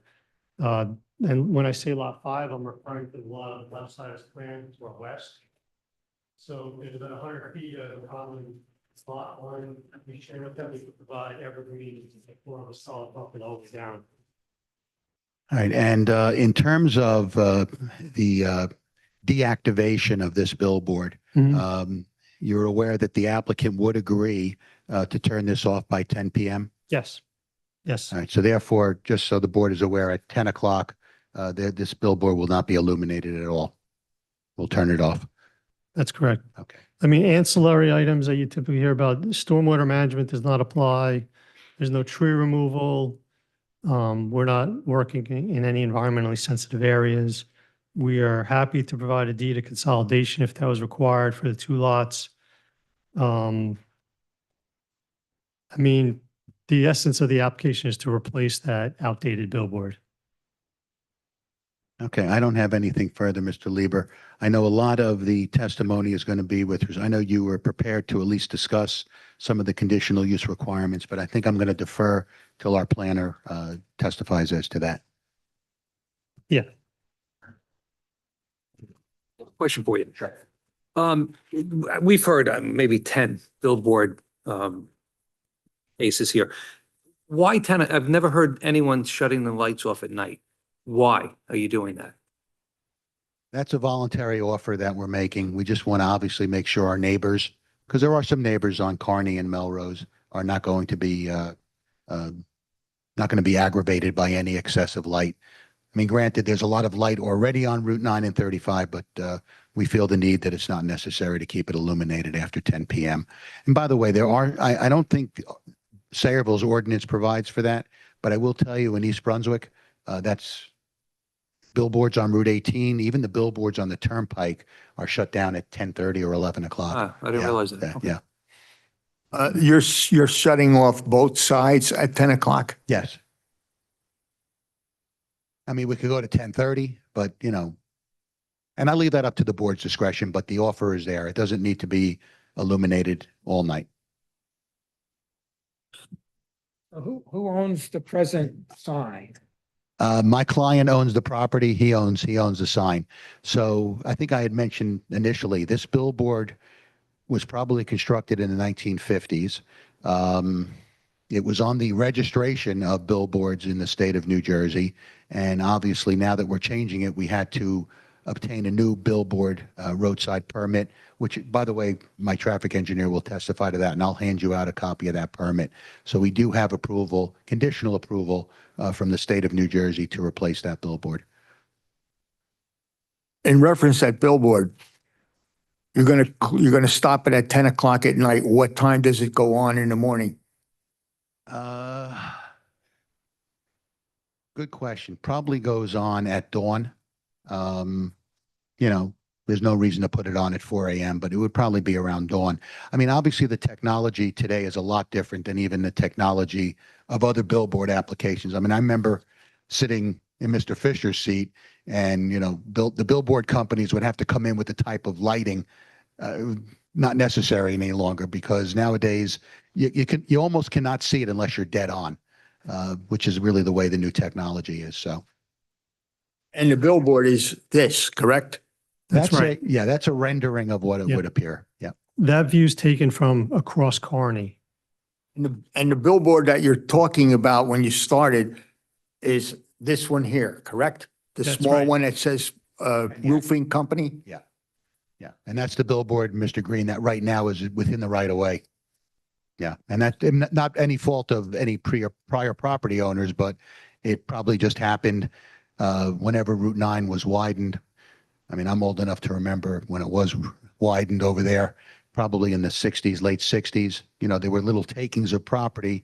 That billboard just got closer to the highway and then ultimately within the right of way. So it's this little billboard is being replaced by this one. yes. Idea of size and perspective. build, that they build billboard that's on the northbound side, then they can use the car dealership. How tall is that? Do you remember? This one's 25 feet, right? Tall. Yeah. I don't recall, I've got some information on that. But let me see if there's something in the packet of information I have. It says 50 feet. This was a rendering that was submitted with that application. It says 50-foot overall height. Correct. That's the max height permitted. So the one on the northbound side is 50 feet and this one's 45. So we have 5-foot difference. Correct. And they're both two-sided. So this is small compared to the one that's on the other side. Smaller. Small. A lot small. And by the way, the facing is within the ordinance requirements, so.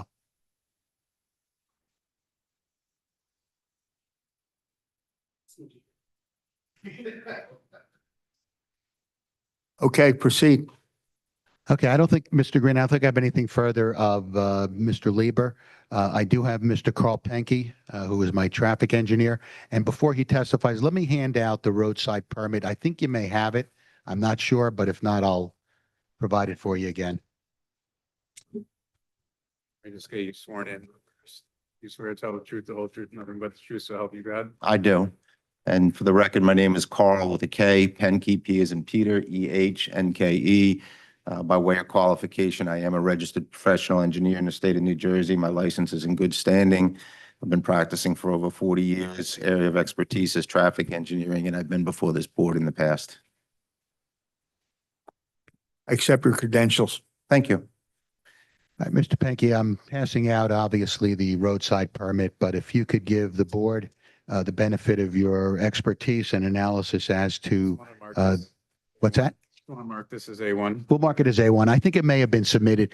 Oh. One of the problems we had is I think the initial submission was misplaced and then you have it. Okay. All right, well, we'll pass it out again. Well, and we'll mark it as A1. But anyway, I'm sorry, Mr. Penke. So certainly, as was just described, the application is for a multiple messaging sign to replace the existing sign, basically a billboard, digital billboard. The copy does change electronically. It is located on Route 35 and 9, which is a state highway. Accordingly, the billboard is governed by the state highway regulations under Title 39, Chapter 41C, which is the Roadside Control and Outdoor Advertising Act. With regard to that, there's a couple of things that are required. The applicant needs to be licensed. This applicant is licensed to operate the billboard, and the applicant does need to obtain a permit from the Department of Transportation. And as indicated, the applicant has obtained approval of a permit for the application. We call it a conditional permit because the department issues the final permit once this board acts. So the condition is basically local approval, local jurisdiction input to the sign. Once that happens, the permit will become effective and they'll have the right to construct it. From a traffic engineering standpoint, there's a couple of key provisions that are important to these billboards. For them to operate, they're governed by statewide regulations. Those regulations are really mimicked nationally. Basically, a billboard can have no flashing or moving parts, moving lights. This billboard will not have any flashing or moving lights to distract the motorist. It cannot be placed in such a way that it would interfere with the motorist's clear line and unobstructed view of the highway. The sign is 10 feet back from the property line. It's actually probably about 25 feet to 30 feet back from the curb line, and in no way will it obstruct the view of a motorist. In fact, as you have heard, the removal of the existing billboard will help sight lines for motorists that are approaching Route 9 and 35 from Kearney Avenue and Oak Street. It cannot resemble a traffic device like a stop sign or a traffic signal, and in no way does a billboard do that. and it cannot endanger the health, safety, and welfare of the public in its immediate environment. The construction of the sign certainly will not do that. Basically, it is a digital sign. There are regulations on to how those digital signs operate. They're not allowed to turn any faster than a minimum of 8 seconds. And when they do turn, they have to turn within a second so that there is no motorist distraction along the highway. Digital billboards, as was just indicated, have advanced quite a bit. They do adjust to the ambient light in the area. During the day, the nixels go brighter, the nits go brighter, and then at night, they actually come down. In general, the technology results in the sign not really exceeding the immediate area by 3.3 foot candles. So it really adjusts, just like your laptops do and so forth, to the ambient light. So from that standpoint, the sign really, digital signs are known to be safe. Certainly, this is not unique to the corridor. We have one right up the road, 1,000 feet. It's very similar. We're a little bit smaller than that sign, and it is permitted by the Department of Transportation. I think in the application improves the property, improves the billboard. Certainly, removing that old billboard is beneficial, and there are no other traffic concerns or safety concerns associated with this application. All right, so Mr. Penke, in your professional opinion, does this billboard provide opportunity for any distraction of the motoring public with respect to viewing of this billboard? It does not. Okay. And Mr. Chairman, members of the board, I know you have conditioned this in the past. If the municipality needs to post a public service announcement for an emergency on any billboard, we certainly would cooperate with the municipality as well. I know that's been a condition that's been imposed on other billboard applications. I don't have any further questions of Mr. Penke. He's certainly available for any questioning. Any questions from the board? Thank you, Mr. Chairman. Okay, my last witness would be our professional planner, Colleen McGurk. Good evening. I do have. Okay. Raise your right hand. You swear to tell the truth, the whole truth, nothing but the truth, so help you God? I do. Ms. McGurk, if you could give the board the benefit of your professional expertise and qualifications. Thank you. Colleen McGurk, COLLEEN, MCGURK, from Swick, Stahl, and McGurk Planning Associates. I received my master's in urban planning from Boston University. I started my firm in 2019. I have testified in front of dozens of municipalities throughout New Jersey, including Edison, Piscataway, East Brunswick, and Old Bridge. I'm a member of AICP, and my license is current. We accept your credentials. Proceed. Thank you. Thank you, Mr. Chairman. Okay, I have reviewed the application, the ordinance, the 2013 master plan, the site plan, and visited the site.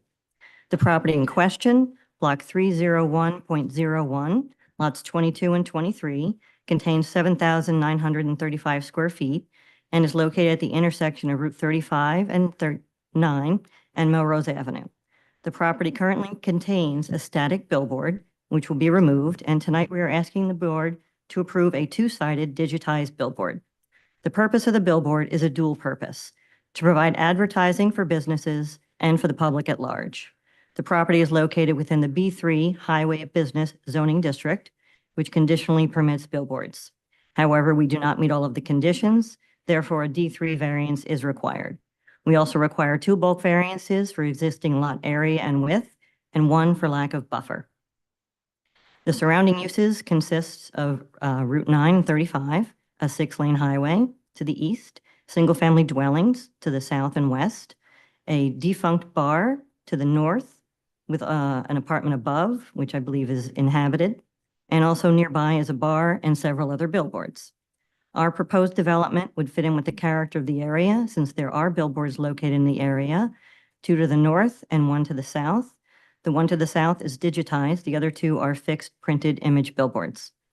The proposed billboard would be 30.1 feet from the property line on Kearney Ave, 15.5 feet from adjacent lot 21, and 39 feet from the adjacent lot 30, which contains the vacant bar and the residence.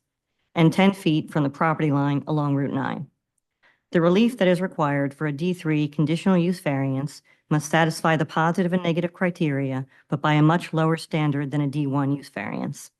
We do not need to show that the site is particularly suited, just that the site remains appropriate despite the deviation from the conditions, and that conditions can be imposed in its approval to ensure that the deviation from the conditional use requirements does not cause substantial detriment to the intent and purpose of the master plan and zone plan, and that the conditional use variance will not cause damage to the character of the neighborhood as to constitute a substantial detriment to the public good with regard to the deviation from the conditions that are not being met.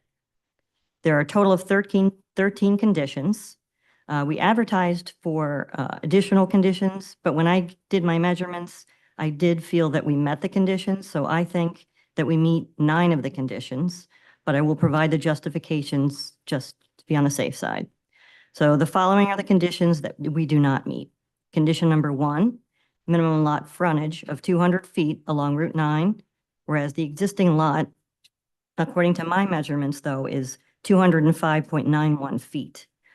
While the frontage may be lacking, this is not a large billboard. It is 36 feet by 10.5 for a total of 378 square feet, which is much less than the permitted 675 square feet, and is an improvement from the existing non-conforming billboard location, since the existing billboard is located 10.5 feet into the right-of-way. Condition number 2, no billboard sign shall be closer than 1,000 feet to another billboard sign located on the same or opposite side of Route 9, whereas we are proposing, and if you look at the exhibit, the first page, I have a near map with some measurements. So I have 368 feet from our proposed billboard to the billboard located on block 300.02, lot 1, directly to the north. And then 485 feet to the billboard located in block 300.01, lot 1, which is also to the north, but on the opposite side of Route 9. And then almost 1,000 feet. I have the billboard further south on the opposite side of Route 9. I got approximately 926 feet from our billboard, and that billboard is located in block 292.03, lot 3. We are replacing an existing billboard, which will be further from the billboards to the north, and so an improvement upon existing conditions. The other photos, Let's mark this in as Exhibit A2. A2. Thank you. Thank you. The other photos, might as well just go through those now. That shows the billboard I was just speaking of. It shows the 2 billboards located to the north of this property. The next photo is a distant shot of our existing billboard and the vacant bar with the residence above. And then the next page is a close-up of the existing billboard. And then the next photo is of the vacant lot area, lot 22. So then the next condition that we don't meet is condition number 3. No advertising sign shall be located within 300 feet of any intersection, interchange, or right-of-way of an underpass, overpass, or bridge. So we advertise for this, but when I do the measurement, I got 315 feet from Andrewski Drive. Andrewski Drive. But I had to do an approximation because I had a hard time. I didn't have anything that had the billboard exact location on the property. But my measurements show over 300 feet. But the proposed sign will not impair driving visibility and has been acknowledged by DOT. Since we do have the conditional permit, we will receive the full permit if we do receive approval tonight from the board. Excuse me, I want to stop you right there. The first 3 that you mentioned here, you need variances on 1, 2, and 3? Those are the conditions that we don't meet, but when I do my measurements, I did see that we met some of those. But you're going on this copy here with the red, correct? Yes, in memorandum from the board professionals. Yes. So I'm stating what my measurements were, but I'm also giving the justifications for those conditions and not meeting them. So you're asking for a bulk variance, a D3 on 1, 2, and 3, correct? So far? So far, yes. Okay. Mr. Chairman, those, I think 1, 2, and 3 were what the applicant had listed as We did. not being satisfied, so. Yes, but when like I said, I did measurements in near maps and I do feel, well, our survey shows that we have over 200 feet of lot frontage. So I think we do meet that one. And I guess the question there was, are you including both lots or not? I think that was in my report. 22 and 23, yes. It's not clear when you look at the one site plan, it only has lot 22 and isn't showing. Okay. 23, so I wasn't sure if the engineer was only counting the one lot when he was doing his frontage. or not. Okay, thank you. That could be the confusion. Yes, if you include lot 23, we have a lot frontage of 205.91, so then we would meet that condition. Okay, thank you. And then condition number 6, no billboard sign shall be erected within 300 feet of the nearest property line of a residentially zoned property.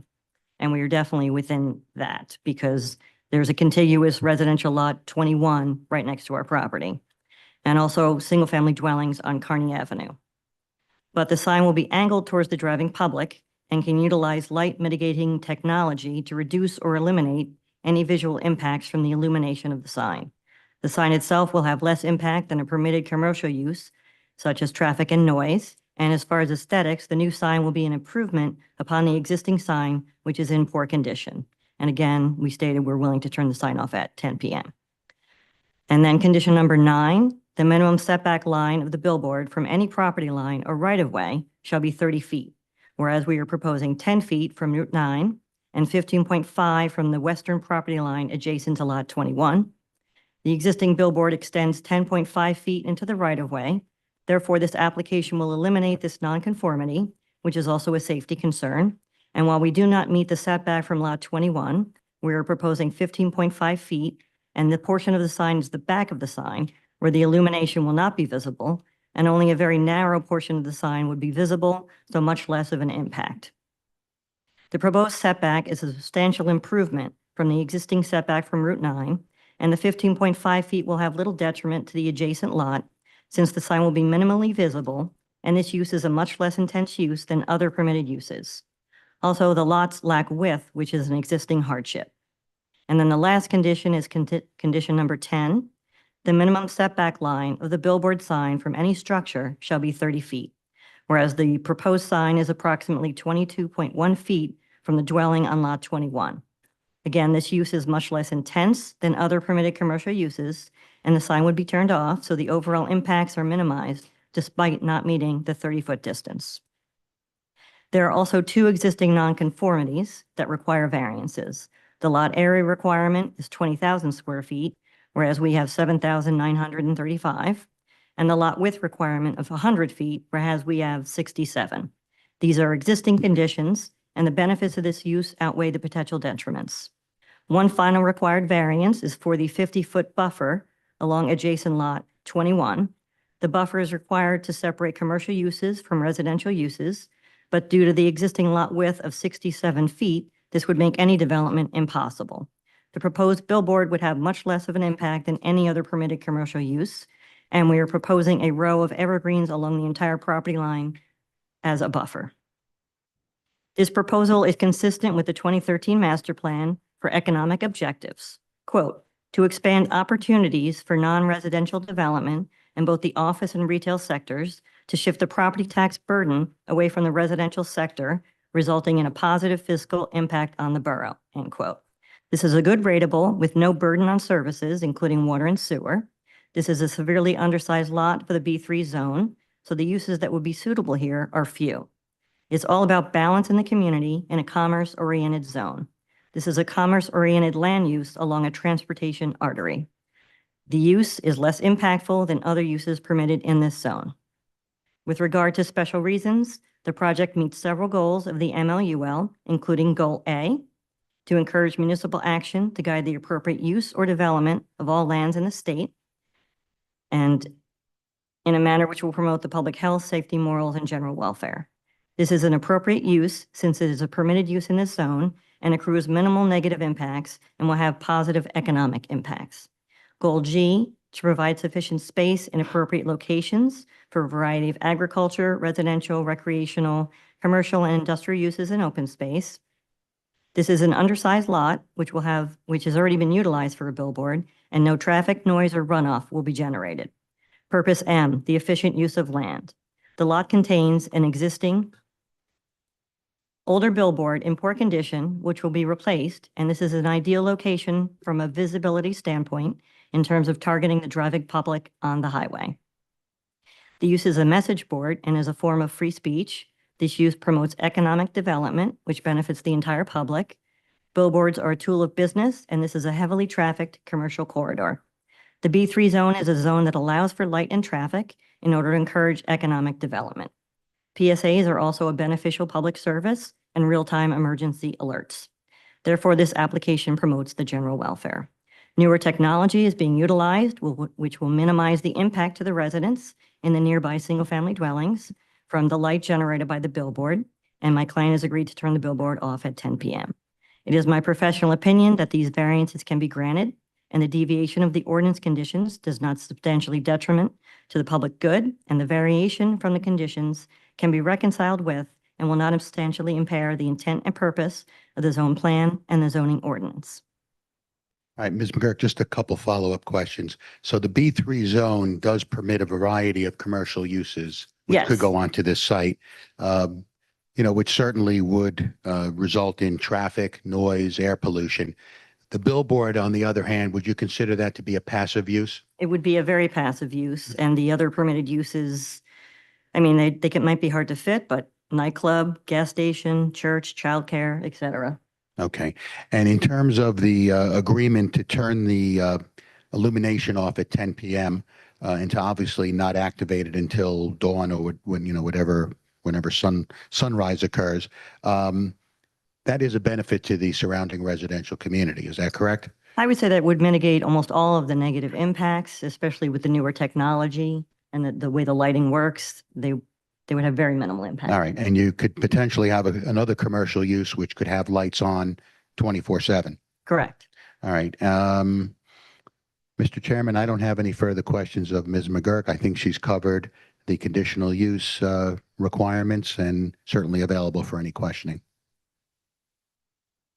Board have any questions? I have a question, Mr. Fowler. She testified to the fourth page that you wrote. According to my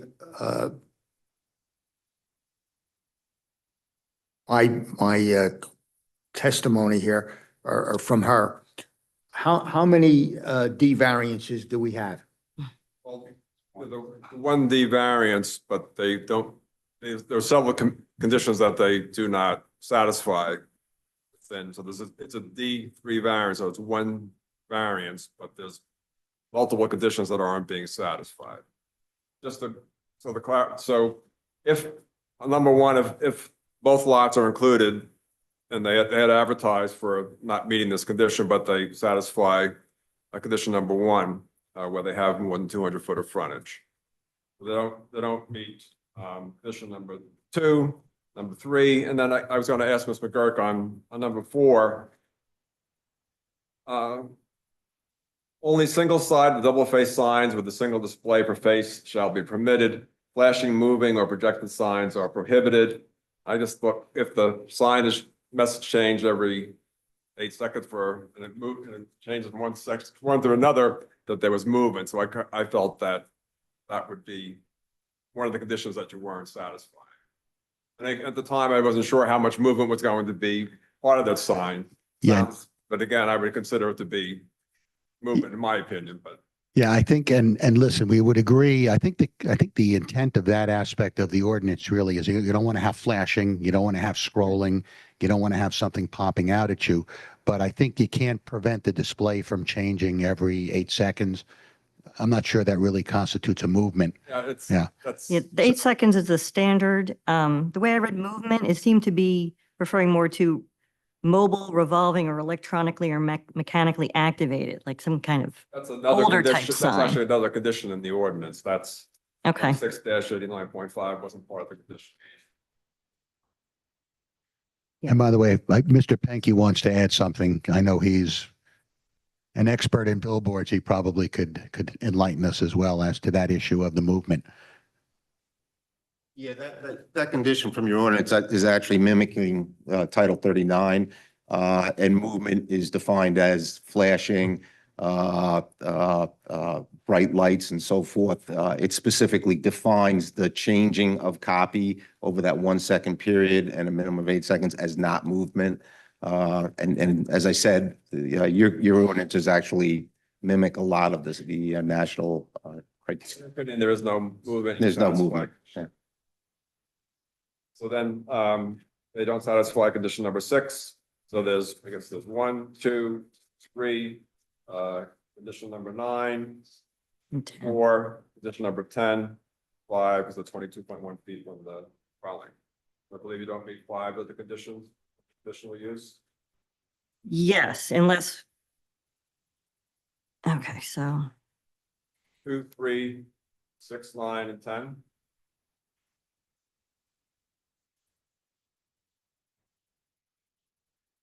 per my measurements, we meet 3, but we'll just go with that anyway. Yeah, if we had satisfied all of the conditions in the ordinance, we'd be in front of the planning board. We'd have to seek approval from the planning board for site plan approval. But certainly if we don't satisfy even just one, we have to come in front of the zoning board. But I think the testimony from Ms. McGurk has been that, we can mitigate all of those concerns raised in that ordinance. I'll ask her another question now, and I think you covered it, but the D3 standard is entirely different than a D1 or a D2 standard. And really, it's a less stringent standard. So you don't, in other words, I think as long as the site can accommodate the use, that's really the critical aspect of a D3 or a D3 conditional use. Am I correct? Yes, and that we can mitigate any negative impacts from not meeting the specific conditions under the ordinance. All right, and the fact that this is already a pre-existing site with a billboard certainly satisfies the condition of accommodating the use. A non-conforming existing billboard. Okay. Well, Mr. Fowler, we have 5, correct? That are not met. Mr. Burke, on number 3, it's 300 feet from any intersection, but the intersection of Barney Avenue and Route 9. When I read it the first time, I thought that, and then I thought it maybe was just referring, because of the wording, to any overpass. But we'll just go with, we don't meet 3. All right, and So actually, we don't meet 5 out of the 13. the billboard we have now doesn't meet that condition. Am I correct? There's quite a few that don't meet that Okay, condition. okay, all right. So you're saying that you don't meet 5 out of the 13 that's on this paper, correct? Yes. And also too, on the bulk variances, we have 4, correct? We have the 2 existing and the buffer. But then there's the setbacks are also variances, but they could be subsumed under the D3 because they're one of the conditions. I'm talking about the B3. We have 4 ordinances on the bulk variances that you do not meet, correct? We have the lot frontage and the lot width, and then the buffer. But then the setbacks are also listed as conditions under the conditional use. So I don't know if they would be subsumed under the D3 or added as a bulk. Just leave it, just listed them, if it, I guess, minimum front yard setback 30 feet. And then in the rear yard, 30 feet, 8.5. Right. So then we would have 5 bulks. Right, and any I guess, Ms. McGurk, any type of use that we propose on this site, which would be permitted, would require some bulk variance relief, correct? Yes, Okay. most certainly would. Okay. Any other questions from the board?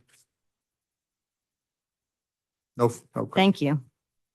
All right, so, Mr. Chairman, I just want to make sure I cover both Mr. Cornell's report and Mr. Fowler's report. I think Mr. Lieber probably touched on most of the comments from Mr. Cornell. I'm just looking at his letter here. Number one, we have obtained the NJDOT permit. We provided the visual representations in 2A. 3, I think we've covered that through testimony of all 3 witnesses. We have the NJDOT approval letter in number 4. Number 5 is just a general comment that there's no other site issues. Mr. Chairman, just Yeah. item 4 had to do with the existing billboard. We were wondering if there ever was a DOT approval for the existing billboard. Yeah, there is, yeah. Okay, thank you. Believe it or not, we looked at the database and we found it, so, okay. Numbers, we'll agree to provide that buffer along the 2 lots of arborvitaes. And certainly number 7, the deed of lot consolidation, that's not a problem. And I think that's it, Mr. Cornell. I don't think there were any other issues. And then in terms of Mr. Fowler. Excuse me, the visual impact on the adjacent residential properties, I'm not really sure how that was discussed. I think you mentioned that the billboard would be higher than the second-story windows. But still, residents looking out of those second-story windows are going to be looking at a billboard. Right, they would be looking at a billboard, now, albeit at a lower height. But I think in terms of mitigation of that issue is the fact that we're going to turn it off. Obviously, it's not going to be on at night. It'll be on at 10 p.m. It's going off. So, and that's a consent. We don't have to do that, but I think it's the right thing to do in that neighborhood. All right, and in terms of Mr. Fowler's report, really most of it was planning testimony, which I think Ms. McGurk covered. There was a question raised about the use of, since lot 23 is paved, is the paved parking space proposed on lot 22 necessary? That's really just for maintenance purposes. If anyone has to service this sign, we obviously don't want them going on an area where it's not paved. Lot 23 is paved. Yeah, but you're talking about the lot on 22, right? Yeah. But since it's all one. It's all lot, the same application. consolidated, you do need the paved parking space on the lot 22 with the sign if you already have paved parking on lot 23. Well, I guess we could dispense with it. Mr. Lieber, any thoughts on that? I only put it because I wanted to keep it separate and away from that other building. And I don't know if that building is ever going to be used again. But if there is a potential that that building is going to use that parking area, and it almost looks like when you drive by that it is part of that property, I just figured I'll keep the parking spots separate on the other street. This way no one's going to use it. Is that something that was approved for parking area for that building or just kind of happened over time? Yeah, I mean, I don't know what the prior use was, but certainly I'll leave that up to the board. If you want us to eliminate it, it's fine. I mean, I don't think there's incredible maintenance that occurs to a billboard. And Yeah, I'm just questioning it. So I didn't, we had met previously and gone over some of the information, I wasn't sure if lot 23 was going to be part of the application. A little bit of inconsistency, we straightened that out tonight, but I'm okay with the staying on lot 22 for service for sign, just in case, again, I think our attorney was questioning whether or not that paving on lot 23 was ever approved to be part of parking for the former restaurant use. Okay. And I think that's really it on Mr. Fowler's report. So, Mr. Chairman, I don't have any further testimony. Certainly, we're available for any questions, any comments, concerns. Oh, I'm going to open it to the public first. Is there anyone from the public who wishes to speak in reference to this application?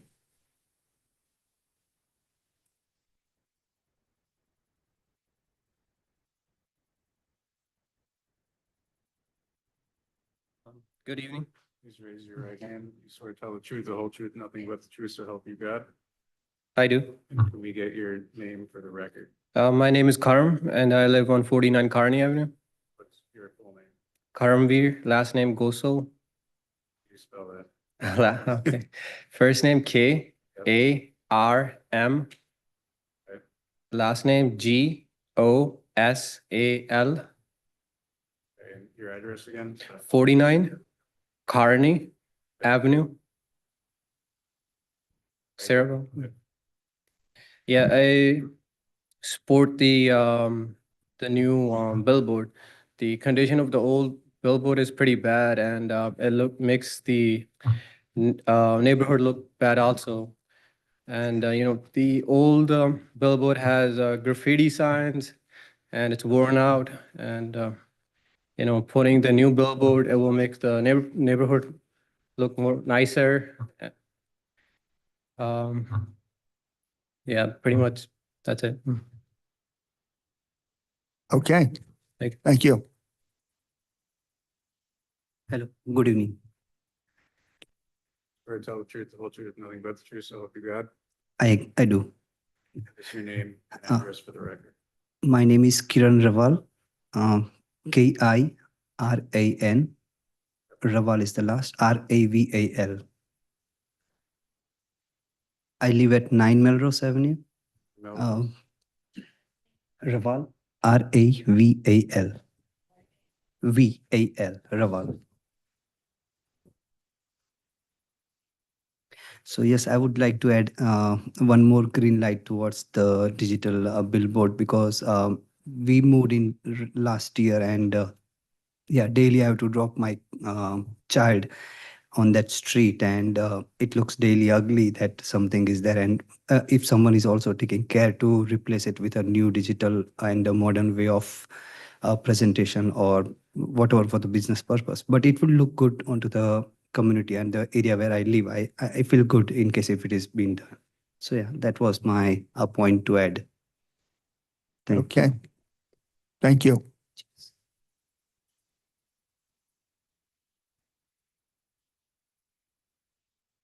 The board have any questions?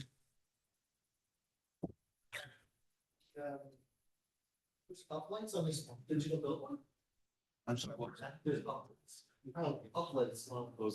That's just a rendering. Yeah, that's, yeah, it's, we have, no, there's no uplighting on this. Yeah. That's just a rendering. Mr. Sachs, 1 second. Is there anyone else from the public wish to speak? Hearing none, I close the public portion.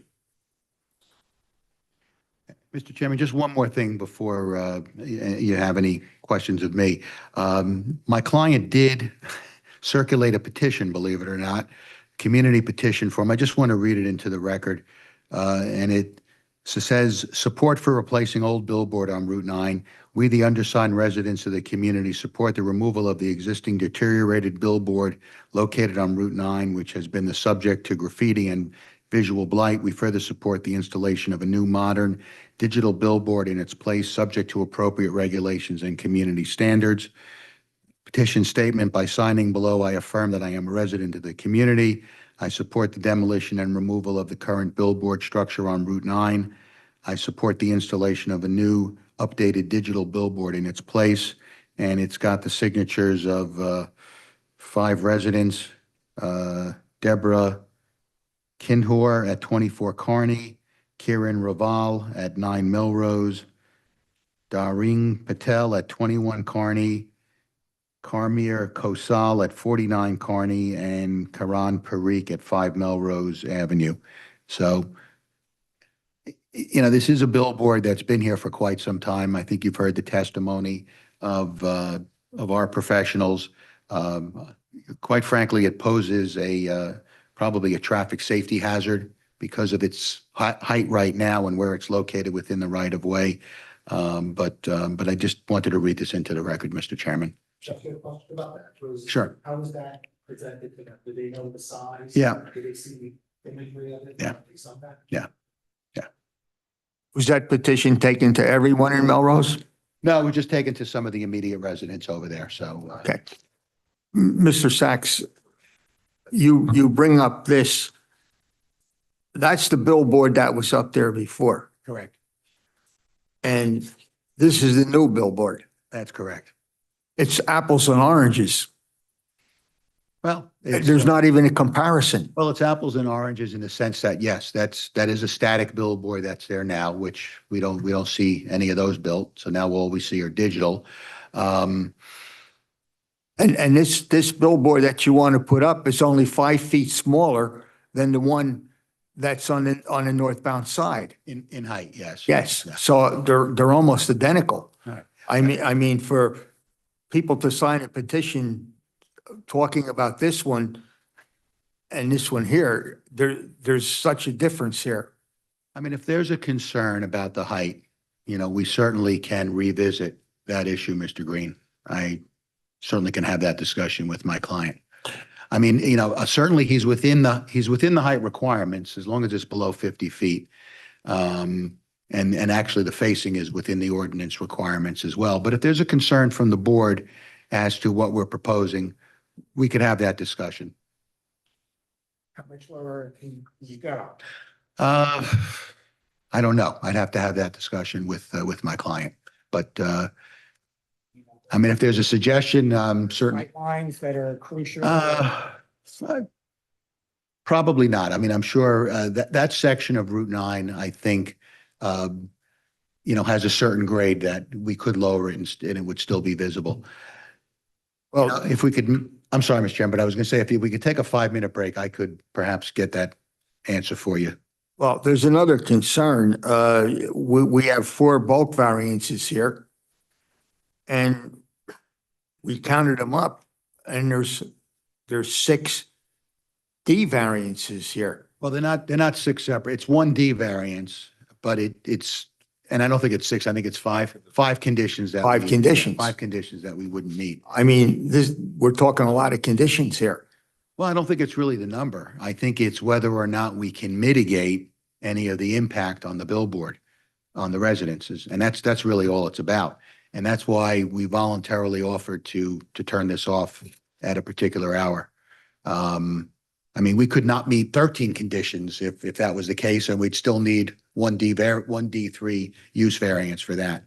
But Are you saying that the possibility exists that you're going to come back next month? Well, if you want to give me a few minutes, I know it's getting late. I know you probably want to get home. I could talk to my client and see what height we could go to, or if there's a suggestion even from the board. I don't know if that's the only issue, but I think that is one of the issues. Okay. It seems like it's higher than the houses. Doesn't seem. Yeah, well, I mean, certainly your typical 2.5-story house would be 35 feet. Yeah, I understand that. And it's also, it is close to the house. So the height and the nearness, I think are a factor. The nearness could be addressed by reduction of the area of the sign, but you can't really move the sign closer to 9, I would think, but the area of the sign also. We could look into reducing the facing of the sign, I think was what Mr. Fowler's talking about. So, I mean, Mr. Chairman, if we could come back if you want us to. I know it's getting a little late here. We could determine whether we can reduce the height and whether we could reduce the facing. Well, I know the height is one of the issues, but there's other issues here too. We have a borough ordinance requirement of the minimum lot coverage of 20,000, and you have 7,900. Another one is the lot width is 100, and you have 67. Another one is the minimum setback is 30, and you have 10. I mean, there's a lot of issues here that we need to address here, and I don't think that we can do this tonight. All right, well, fair enough. I mean, certainly, I think anything that gets developed on this site, let's say for argument's sake, we knock down the billboard and we wanted to build some type of commercial structure. We'd be back in front of you seeking bulk variance relief for pre-existing nonconformities. And I'll use the analogy. I actually said this in jest outside beforehand. Sometimes if you have strict compliance with the ordinance, maybe you'll build a photomat. For the older people here who remember photomats, that's what you're going to build.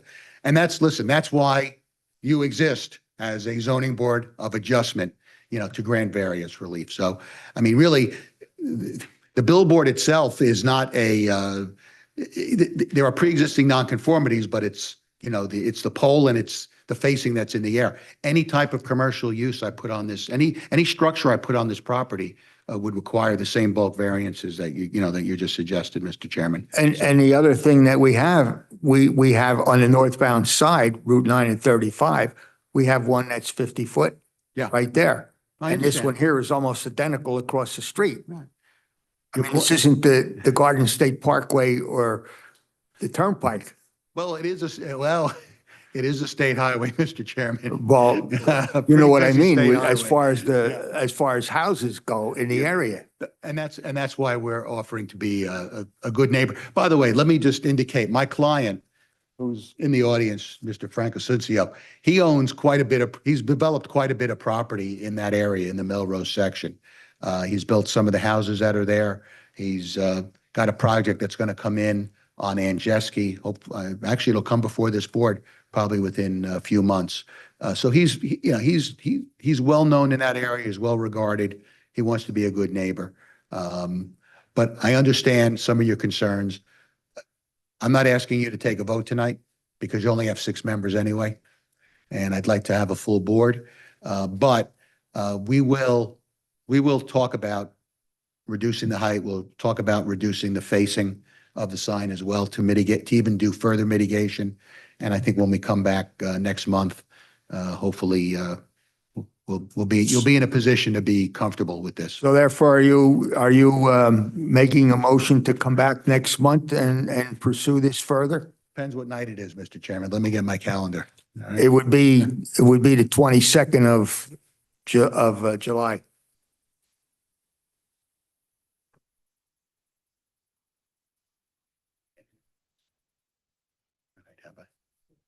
Yeah, I know. We have another one in South Amboy.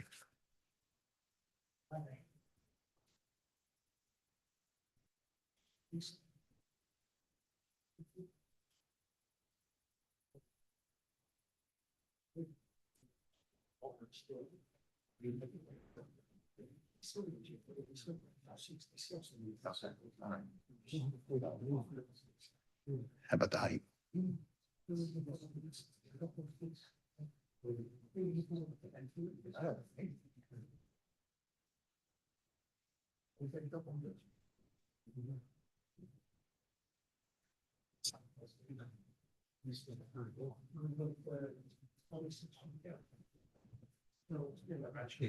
Yeah, Mr. Chairman, I just spoke to my client. We can reduce the height and we can reduce the facing of that. And if you don't mind, I'll have Mr. Lieber explain the rationale as to what we can do. I'll just put it on the record and. Well, I also want you to know that it's not only just the height, it's the other things that I just mentioned to you. Yeah, well, Mr. Green, I don't think I could ever address the other things just based on these are pre-existing nonconformities. I can't get additional land. The lot size cannot change. The lot frontage cannot change. None of that's going to change. The only thing I can do under the condition, I can't worry about the bulk variances because I have to address the conditional use standards, but I am willing to reduce the height of that billboard and we're willing to reduce the facing. Let me just have Mr. Lieber spend 1 minute on describing what we could do with the facing, if you don't mind. Hi. I'm doing some math here. I actually fell into a similar situation, also on Route 9. A conforming lot is 20,000 square feet, and this lot is 40% of 20,000 square feet, which was one of the bulk variances you noted. Now, if we took 40% and multiplied it by the maximum sign square footage area, 675, you get 270. So we'd be open to reducing the sign face to 270 square feet, almost in conjunction with the size of the lot, and then we'd also bring the height down. So it's proportional. The area now, proposed area. Well, right now, I think it's 378. 378, Go to 270. right? It's like about a third, Yeah. 60%. And I'm trying to be practical that it's a smaller lot, so it gets a smaller sign versus what's further down the highway, which has a lot more land. 2/3 the size. Yeah, and just for the record, the existing sign right now is 220 square feet. So, Height, 35 would be the top. And it would probably be somewhere around like a 27 by 10 screen. So it'd still be 25 feet off the ground. But I think it brings it more into, what's the word? Like comparatively for the size of the lot that we're dealing with here, we're keeping it in line with that.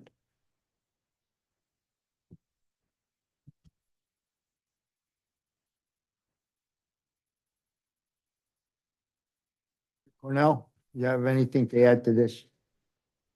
Well, Mr. Chairman, I understand what the applicant's proposing. He's kind of proportioning the size of the lot as per ordinance and scaling it to comply with the size that's here now. So it's still, you still have the same number of variances, but he's trying to go through and make a little less of a I'm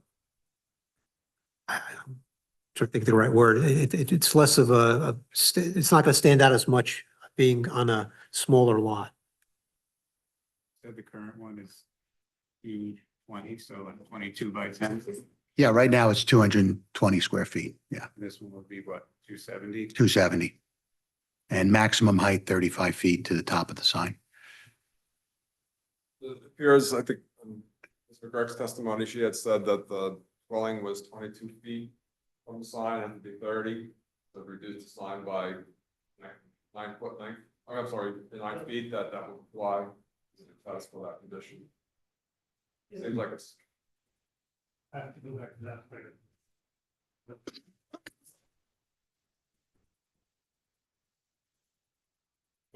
36 and 27. I think, she's already getting to 23 feet from the building, dwelling on lot 5. It was lot 21, which is also lot 20 and 21 is one lot. I don't know why I have lot 5 in my mind.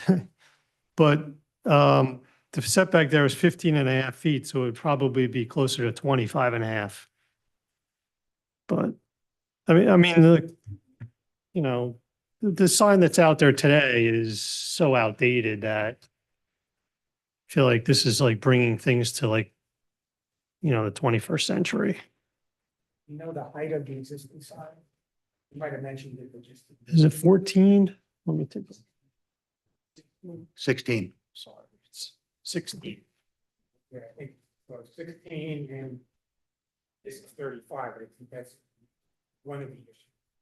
So much higher.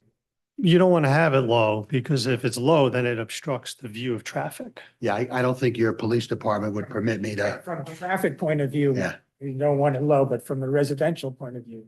you don't want it- No, I understand that, but from the residential point of view now, it's no higher than your 2.5-story home.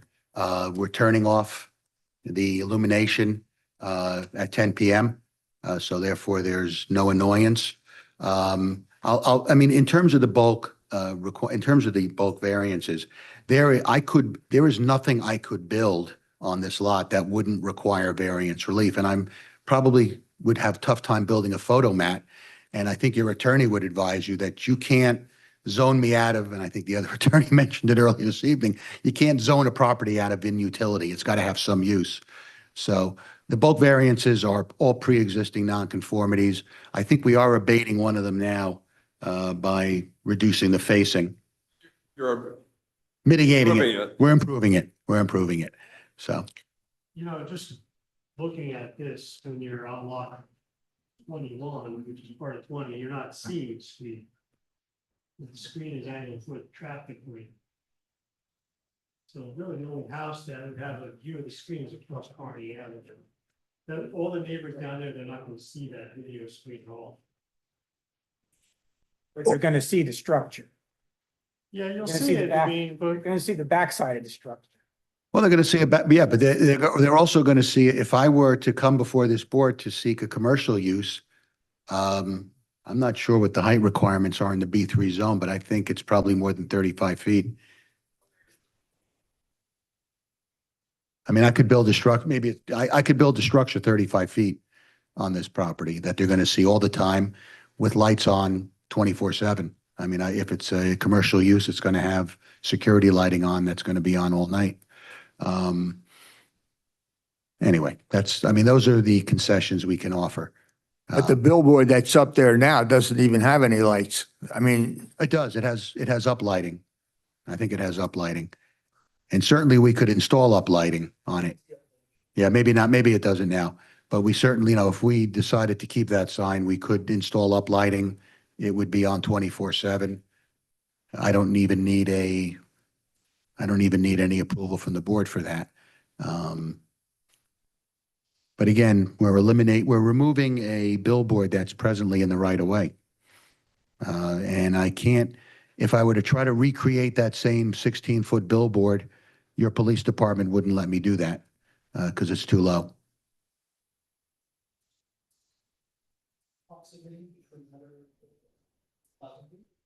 Yes.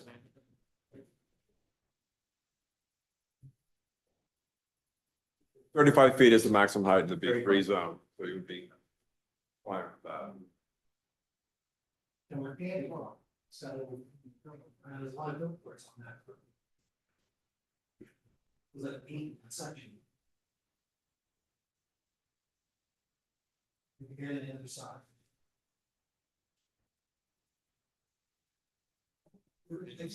and the billboard that he wants to put up is apples and oranges compared to the one he wants to do. And there's one across the street. This is one side, they want to put two sides. These images do not represent the sides. What they want the. Just to clarify, the sign area would be reduced from 378 proposed to 270 square feet proposed. And the height would be reduced from 45 feet proposed to 35.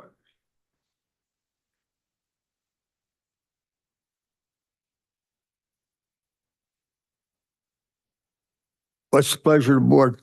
Before you do We that, only have Mr. 6 Chairman. members here. I understand that. I know it's not uncommon if you could poll the board to see if there's any issues with respect to this, and then certainly I can determine whether I want to take a vote tonight or think about some further modifications. So, Yeah, you can do that. You can ask each member, if they have continuing issues, and you do that in order to help the applicant respond to any issues that might be out there. So I don't know if you want to go down the line.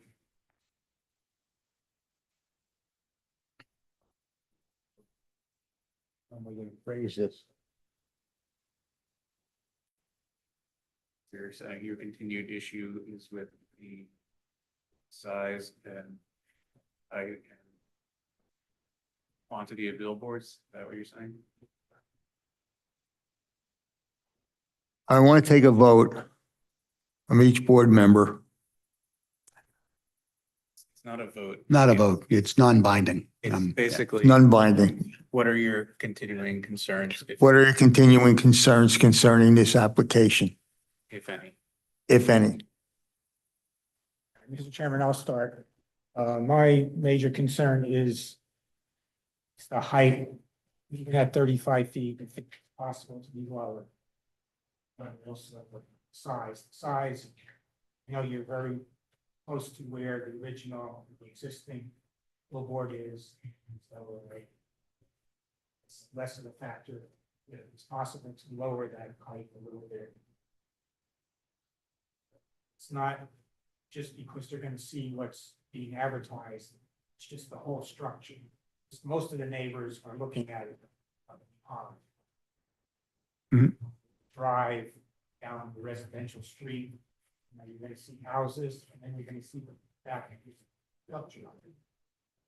Certainly, that type of structure is not a residential structure. another house there. Residential. We're in a B3 zone though, Mr. Kaczynski. Yeah, I'm in the B3 zone. Yeah, but that's, I appreciate the comment. Yeah. Yeah, I mean, listen, I concur. You know, I have a question though to our attorney. So I see the one house that would be really affected more than any other house. It's the White House on the corner. They'd be looking directly at this sign. Are you guys, are they required to go out? I know you had 5 people on your, you know, what is it, a petition, but are they required to go to all the neighbors and get? Well, they have to give public notice to everyone within 200. So nobody complained, but obviously nobody. They would have received notice, which was Yeah. particularly descriptive in this sense about the exact size of the billboard being proposed, the height of it, Okay. where it's located. And it's up to them whether or not they feel like it's worth coming out. Gotcha. Yeah, and just for the record, no one from the neighborhood has objected to it, or at Okay. least no one here this evening, so. Yeah, I mean, listen, if I were you, I'd come back, but No, I probably am going to come back because we may have to look at reducing the height a little bit further, but anyway, all right. Mr. Rama? I have the same issues that you mentioned. I also have an issue of adding another billboard. There's too many billboards on that road. Now you're adding one that is about the size of the one that's on the northbound side. It gets to a point where it's too much. Mr. Cooper? I'm in agreement with the other members in terms of concerns, particularly the height. My concerns are, we have too many billboards. It's apples and oranges as far as what you want to put up. And I'm also concerned, we have borough ordinances here. And we're not even close to getting to them. So that's my concerns. Same concerns, height, with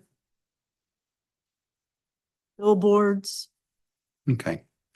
I mean, number of billboards I can't control. I mean, obviously, the state of New Jersey has issued a roadside permit for us and has determined, well, no. We have one now for this particular, for a digital billboard. We have a roadside permit for that, subject obviously to your approval. We also had a permit from back in the 1950s, which was still valid. I can't control the number of billboards that are on Route 9 in Sayreville or in Old Bridge or in East Brunswick or wherever they are. They are state highways. It is a form of free speech. It's a form of protected speech under the Stafford Township Supreme Court case. All right, but with that said, Mr. Chairman, and I appreciate your polling, I'm not going to ask for a vote tonight. I will come back on July 22nd. Probably, Ms. McGurk, are you available that night? You are?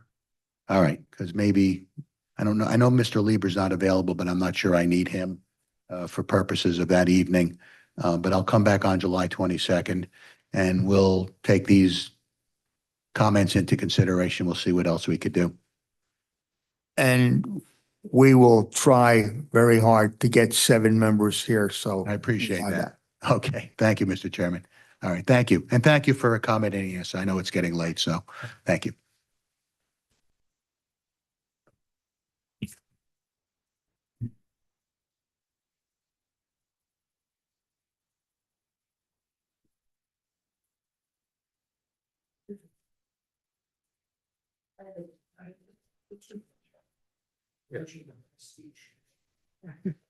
You could write a book on that, and if the board, They already have a bill, so it's not like we're preventing them from using that building. This is it, a new bill. I would rather take a second to look at that and give you the answer before next meeting than to try to tell you off the cuff.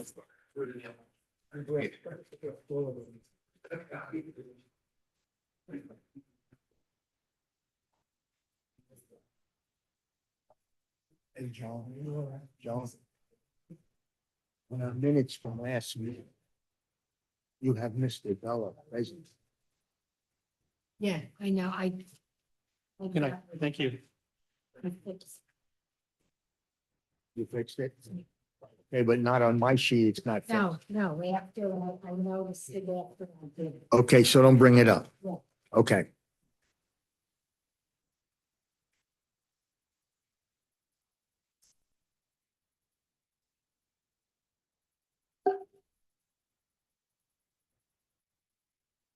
All right, the next item is there anyone who wishes to speak on public comments on issues not relating to the present or pending applications or litigation? Is there anyone here that wants to speak? Hearing none, I close that portion of public comments. We have 4 resolutions. I'm going to start off with 2307, which is 6200 Main Street. Has everyone had the opportunity to read that resolution? Yes. What's the pleasure of the board concerning that resolution? Move the resolution be approved. I have a motion and a second to approve the resolution. Roll call. Yes. Mr. Kaczynski. Yes. Mr. Esposito. Yes. Mr. Emma. Yes. Mrs. Gottstein. Yes. Mr. Cooper. Yes.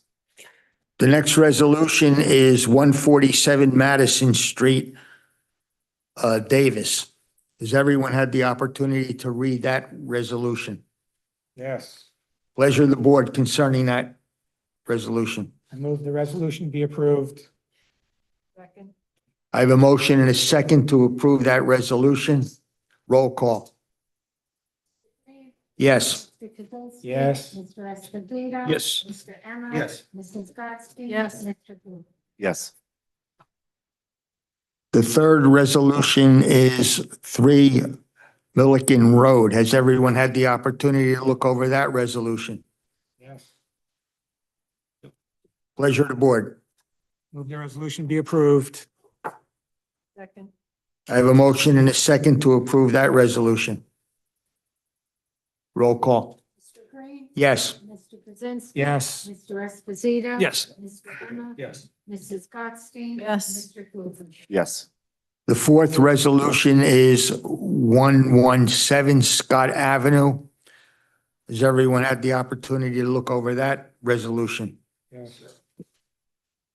I move the resolution be approved. Second. I have a motion and a second to approve that resolution. Roll call. Mr. Green. Yes. Mr. Kaczynski. Yes. Mr. Esposito. Yes. Mr. Emma. Yes. Mrs. Gottstein. Yes. Mr. Cooper. Yes. Has everyone had an opportunity to look over the minutes of the May 27, 2026 Board of Adjustment? Yes. Move the minutes be approved. Second. A motion and a second. Roll call. Mr. Green. Yes. Mr. Kaczynski. Yes. Mr. Esposito. Yes. Mr. Emma. Yes. Mrs. Gottstein. Yes. Mr. Cooper. Yes. I need a motion and a second to adjourn the meeting. Motion to adjourn. Second. Meeting's adjourned.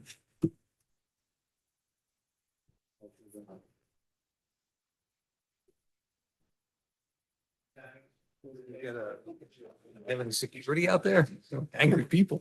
I like. Very good job, everyone. Very good job.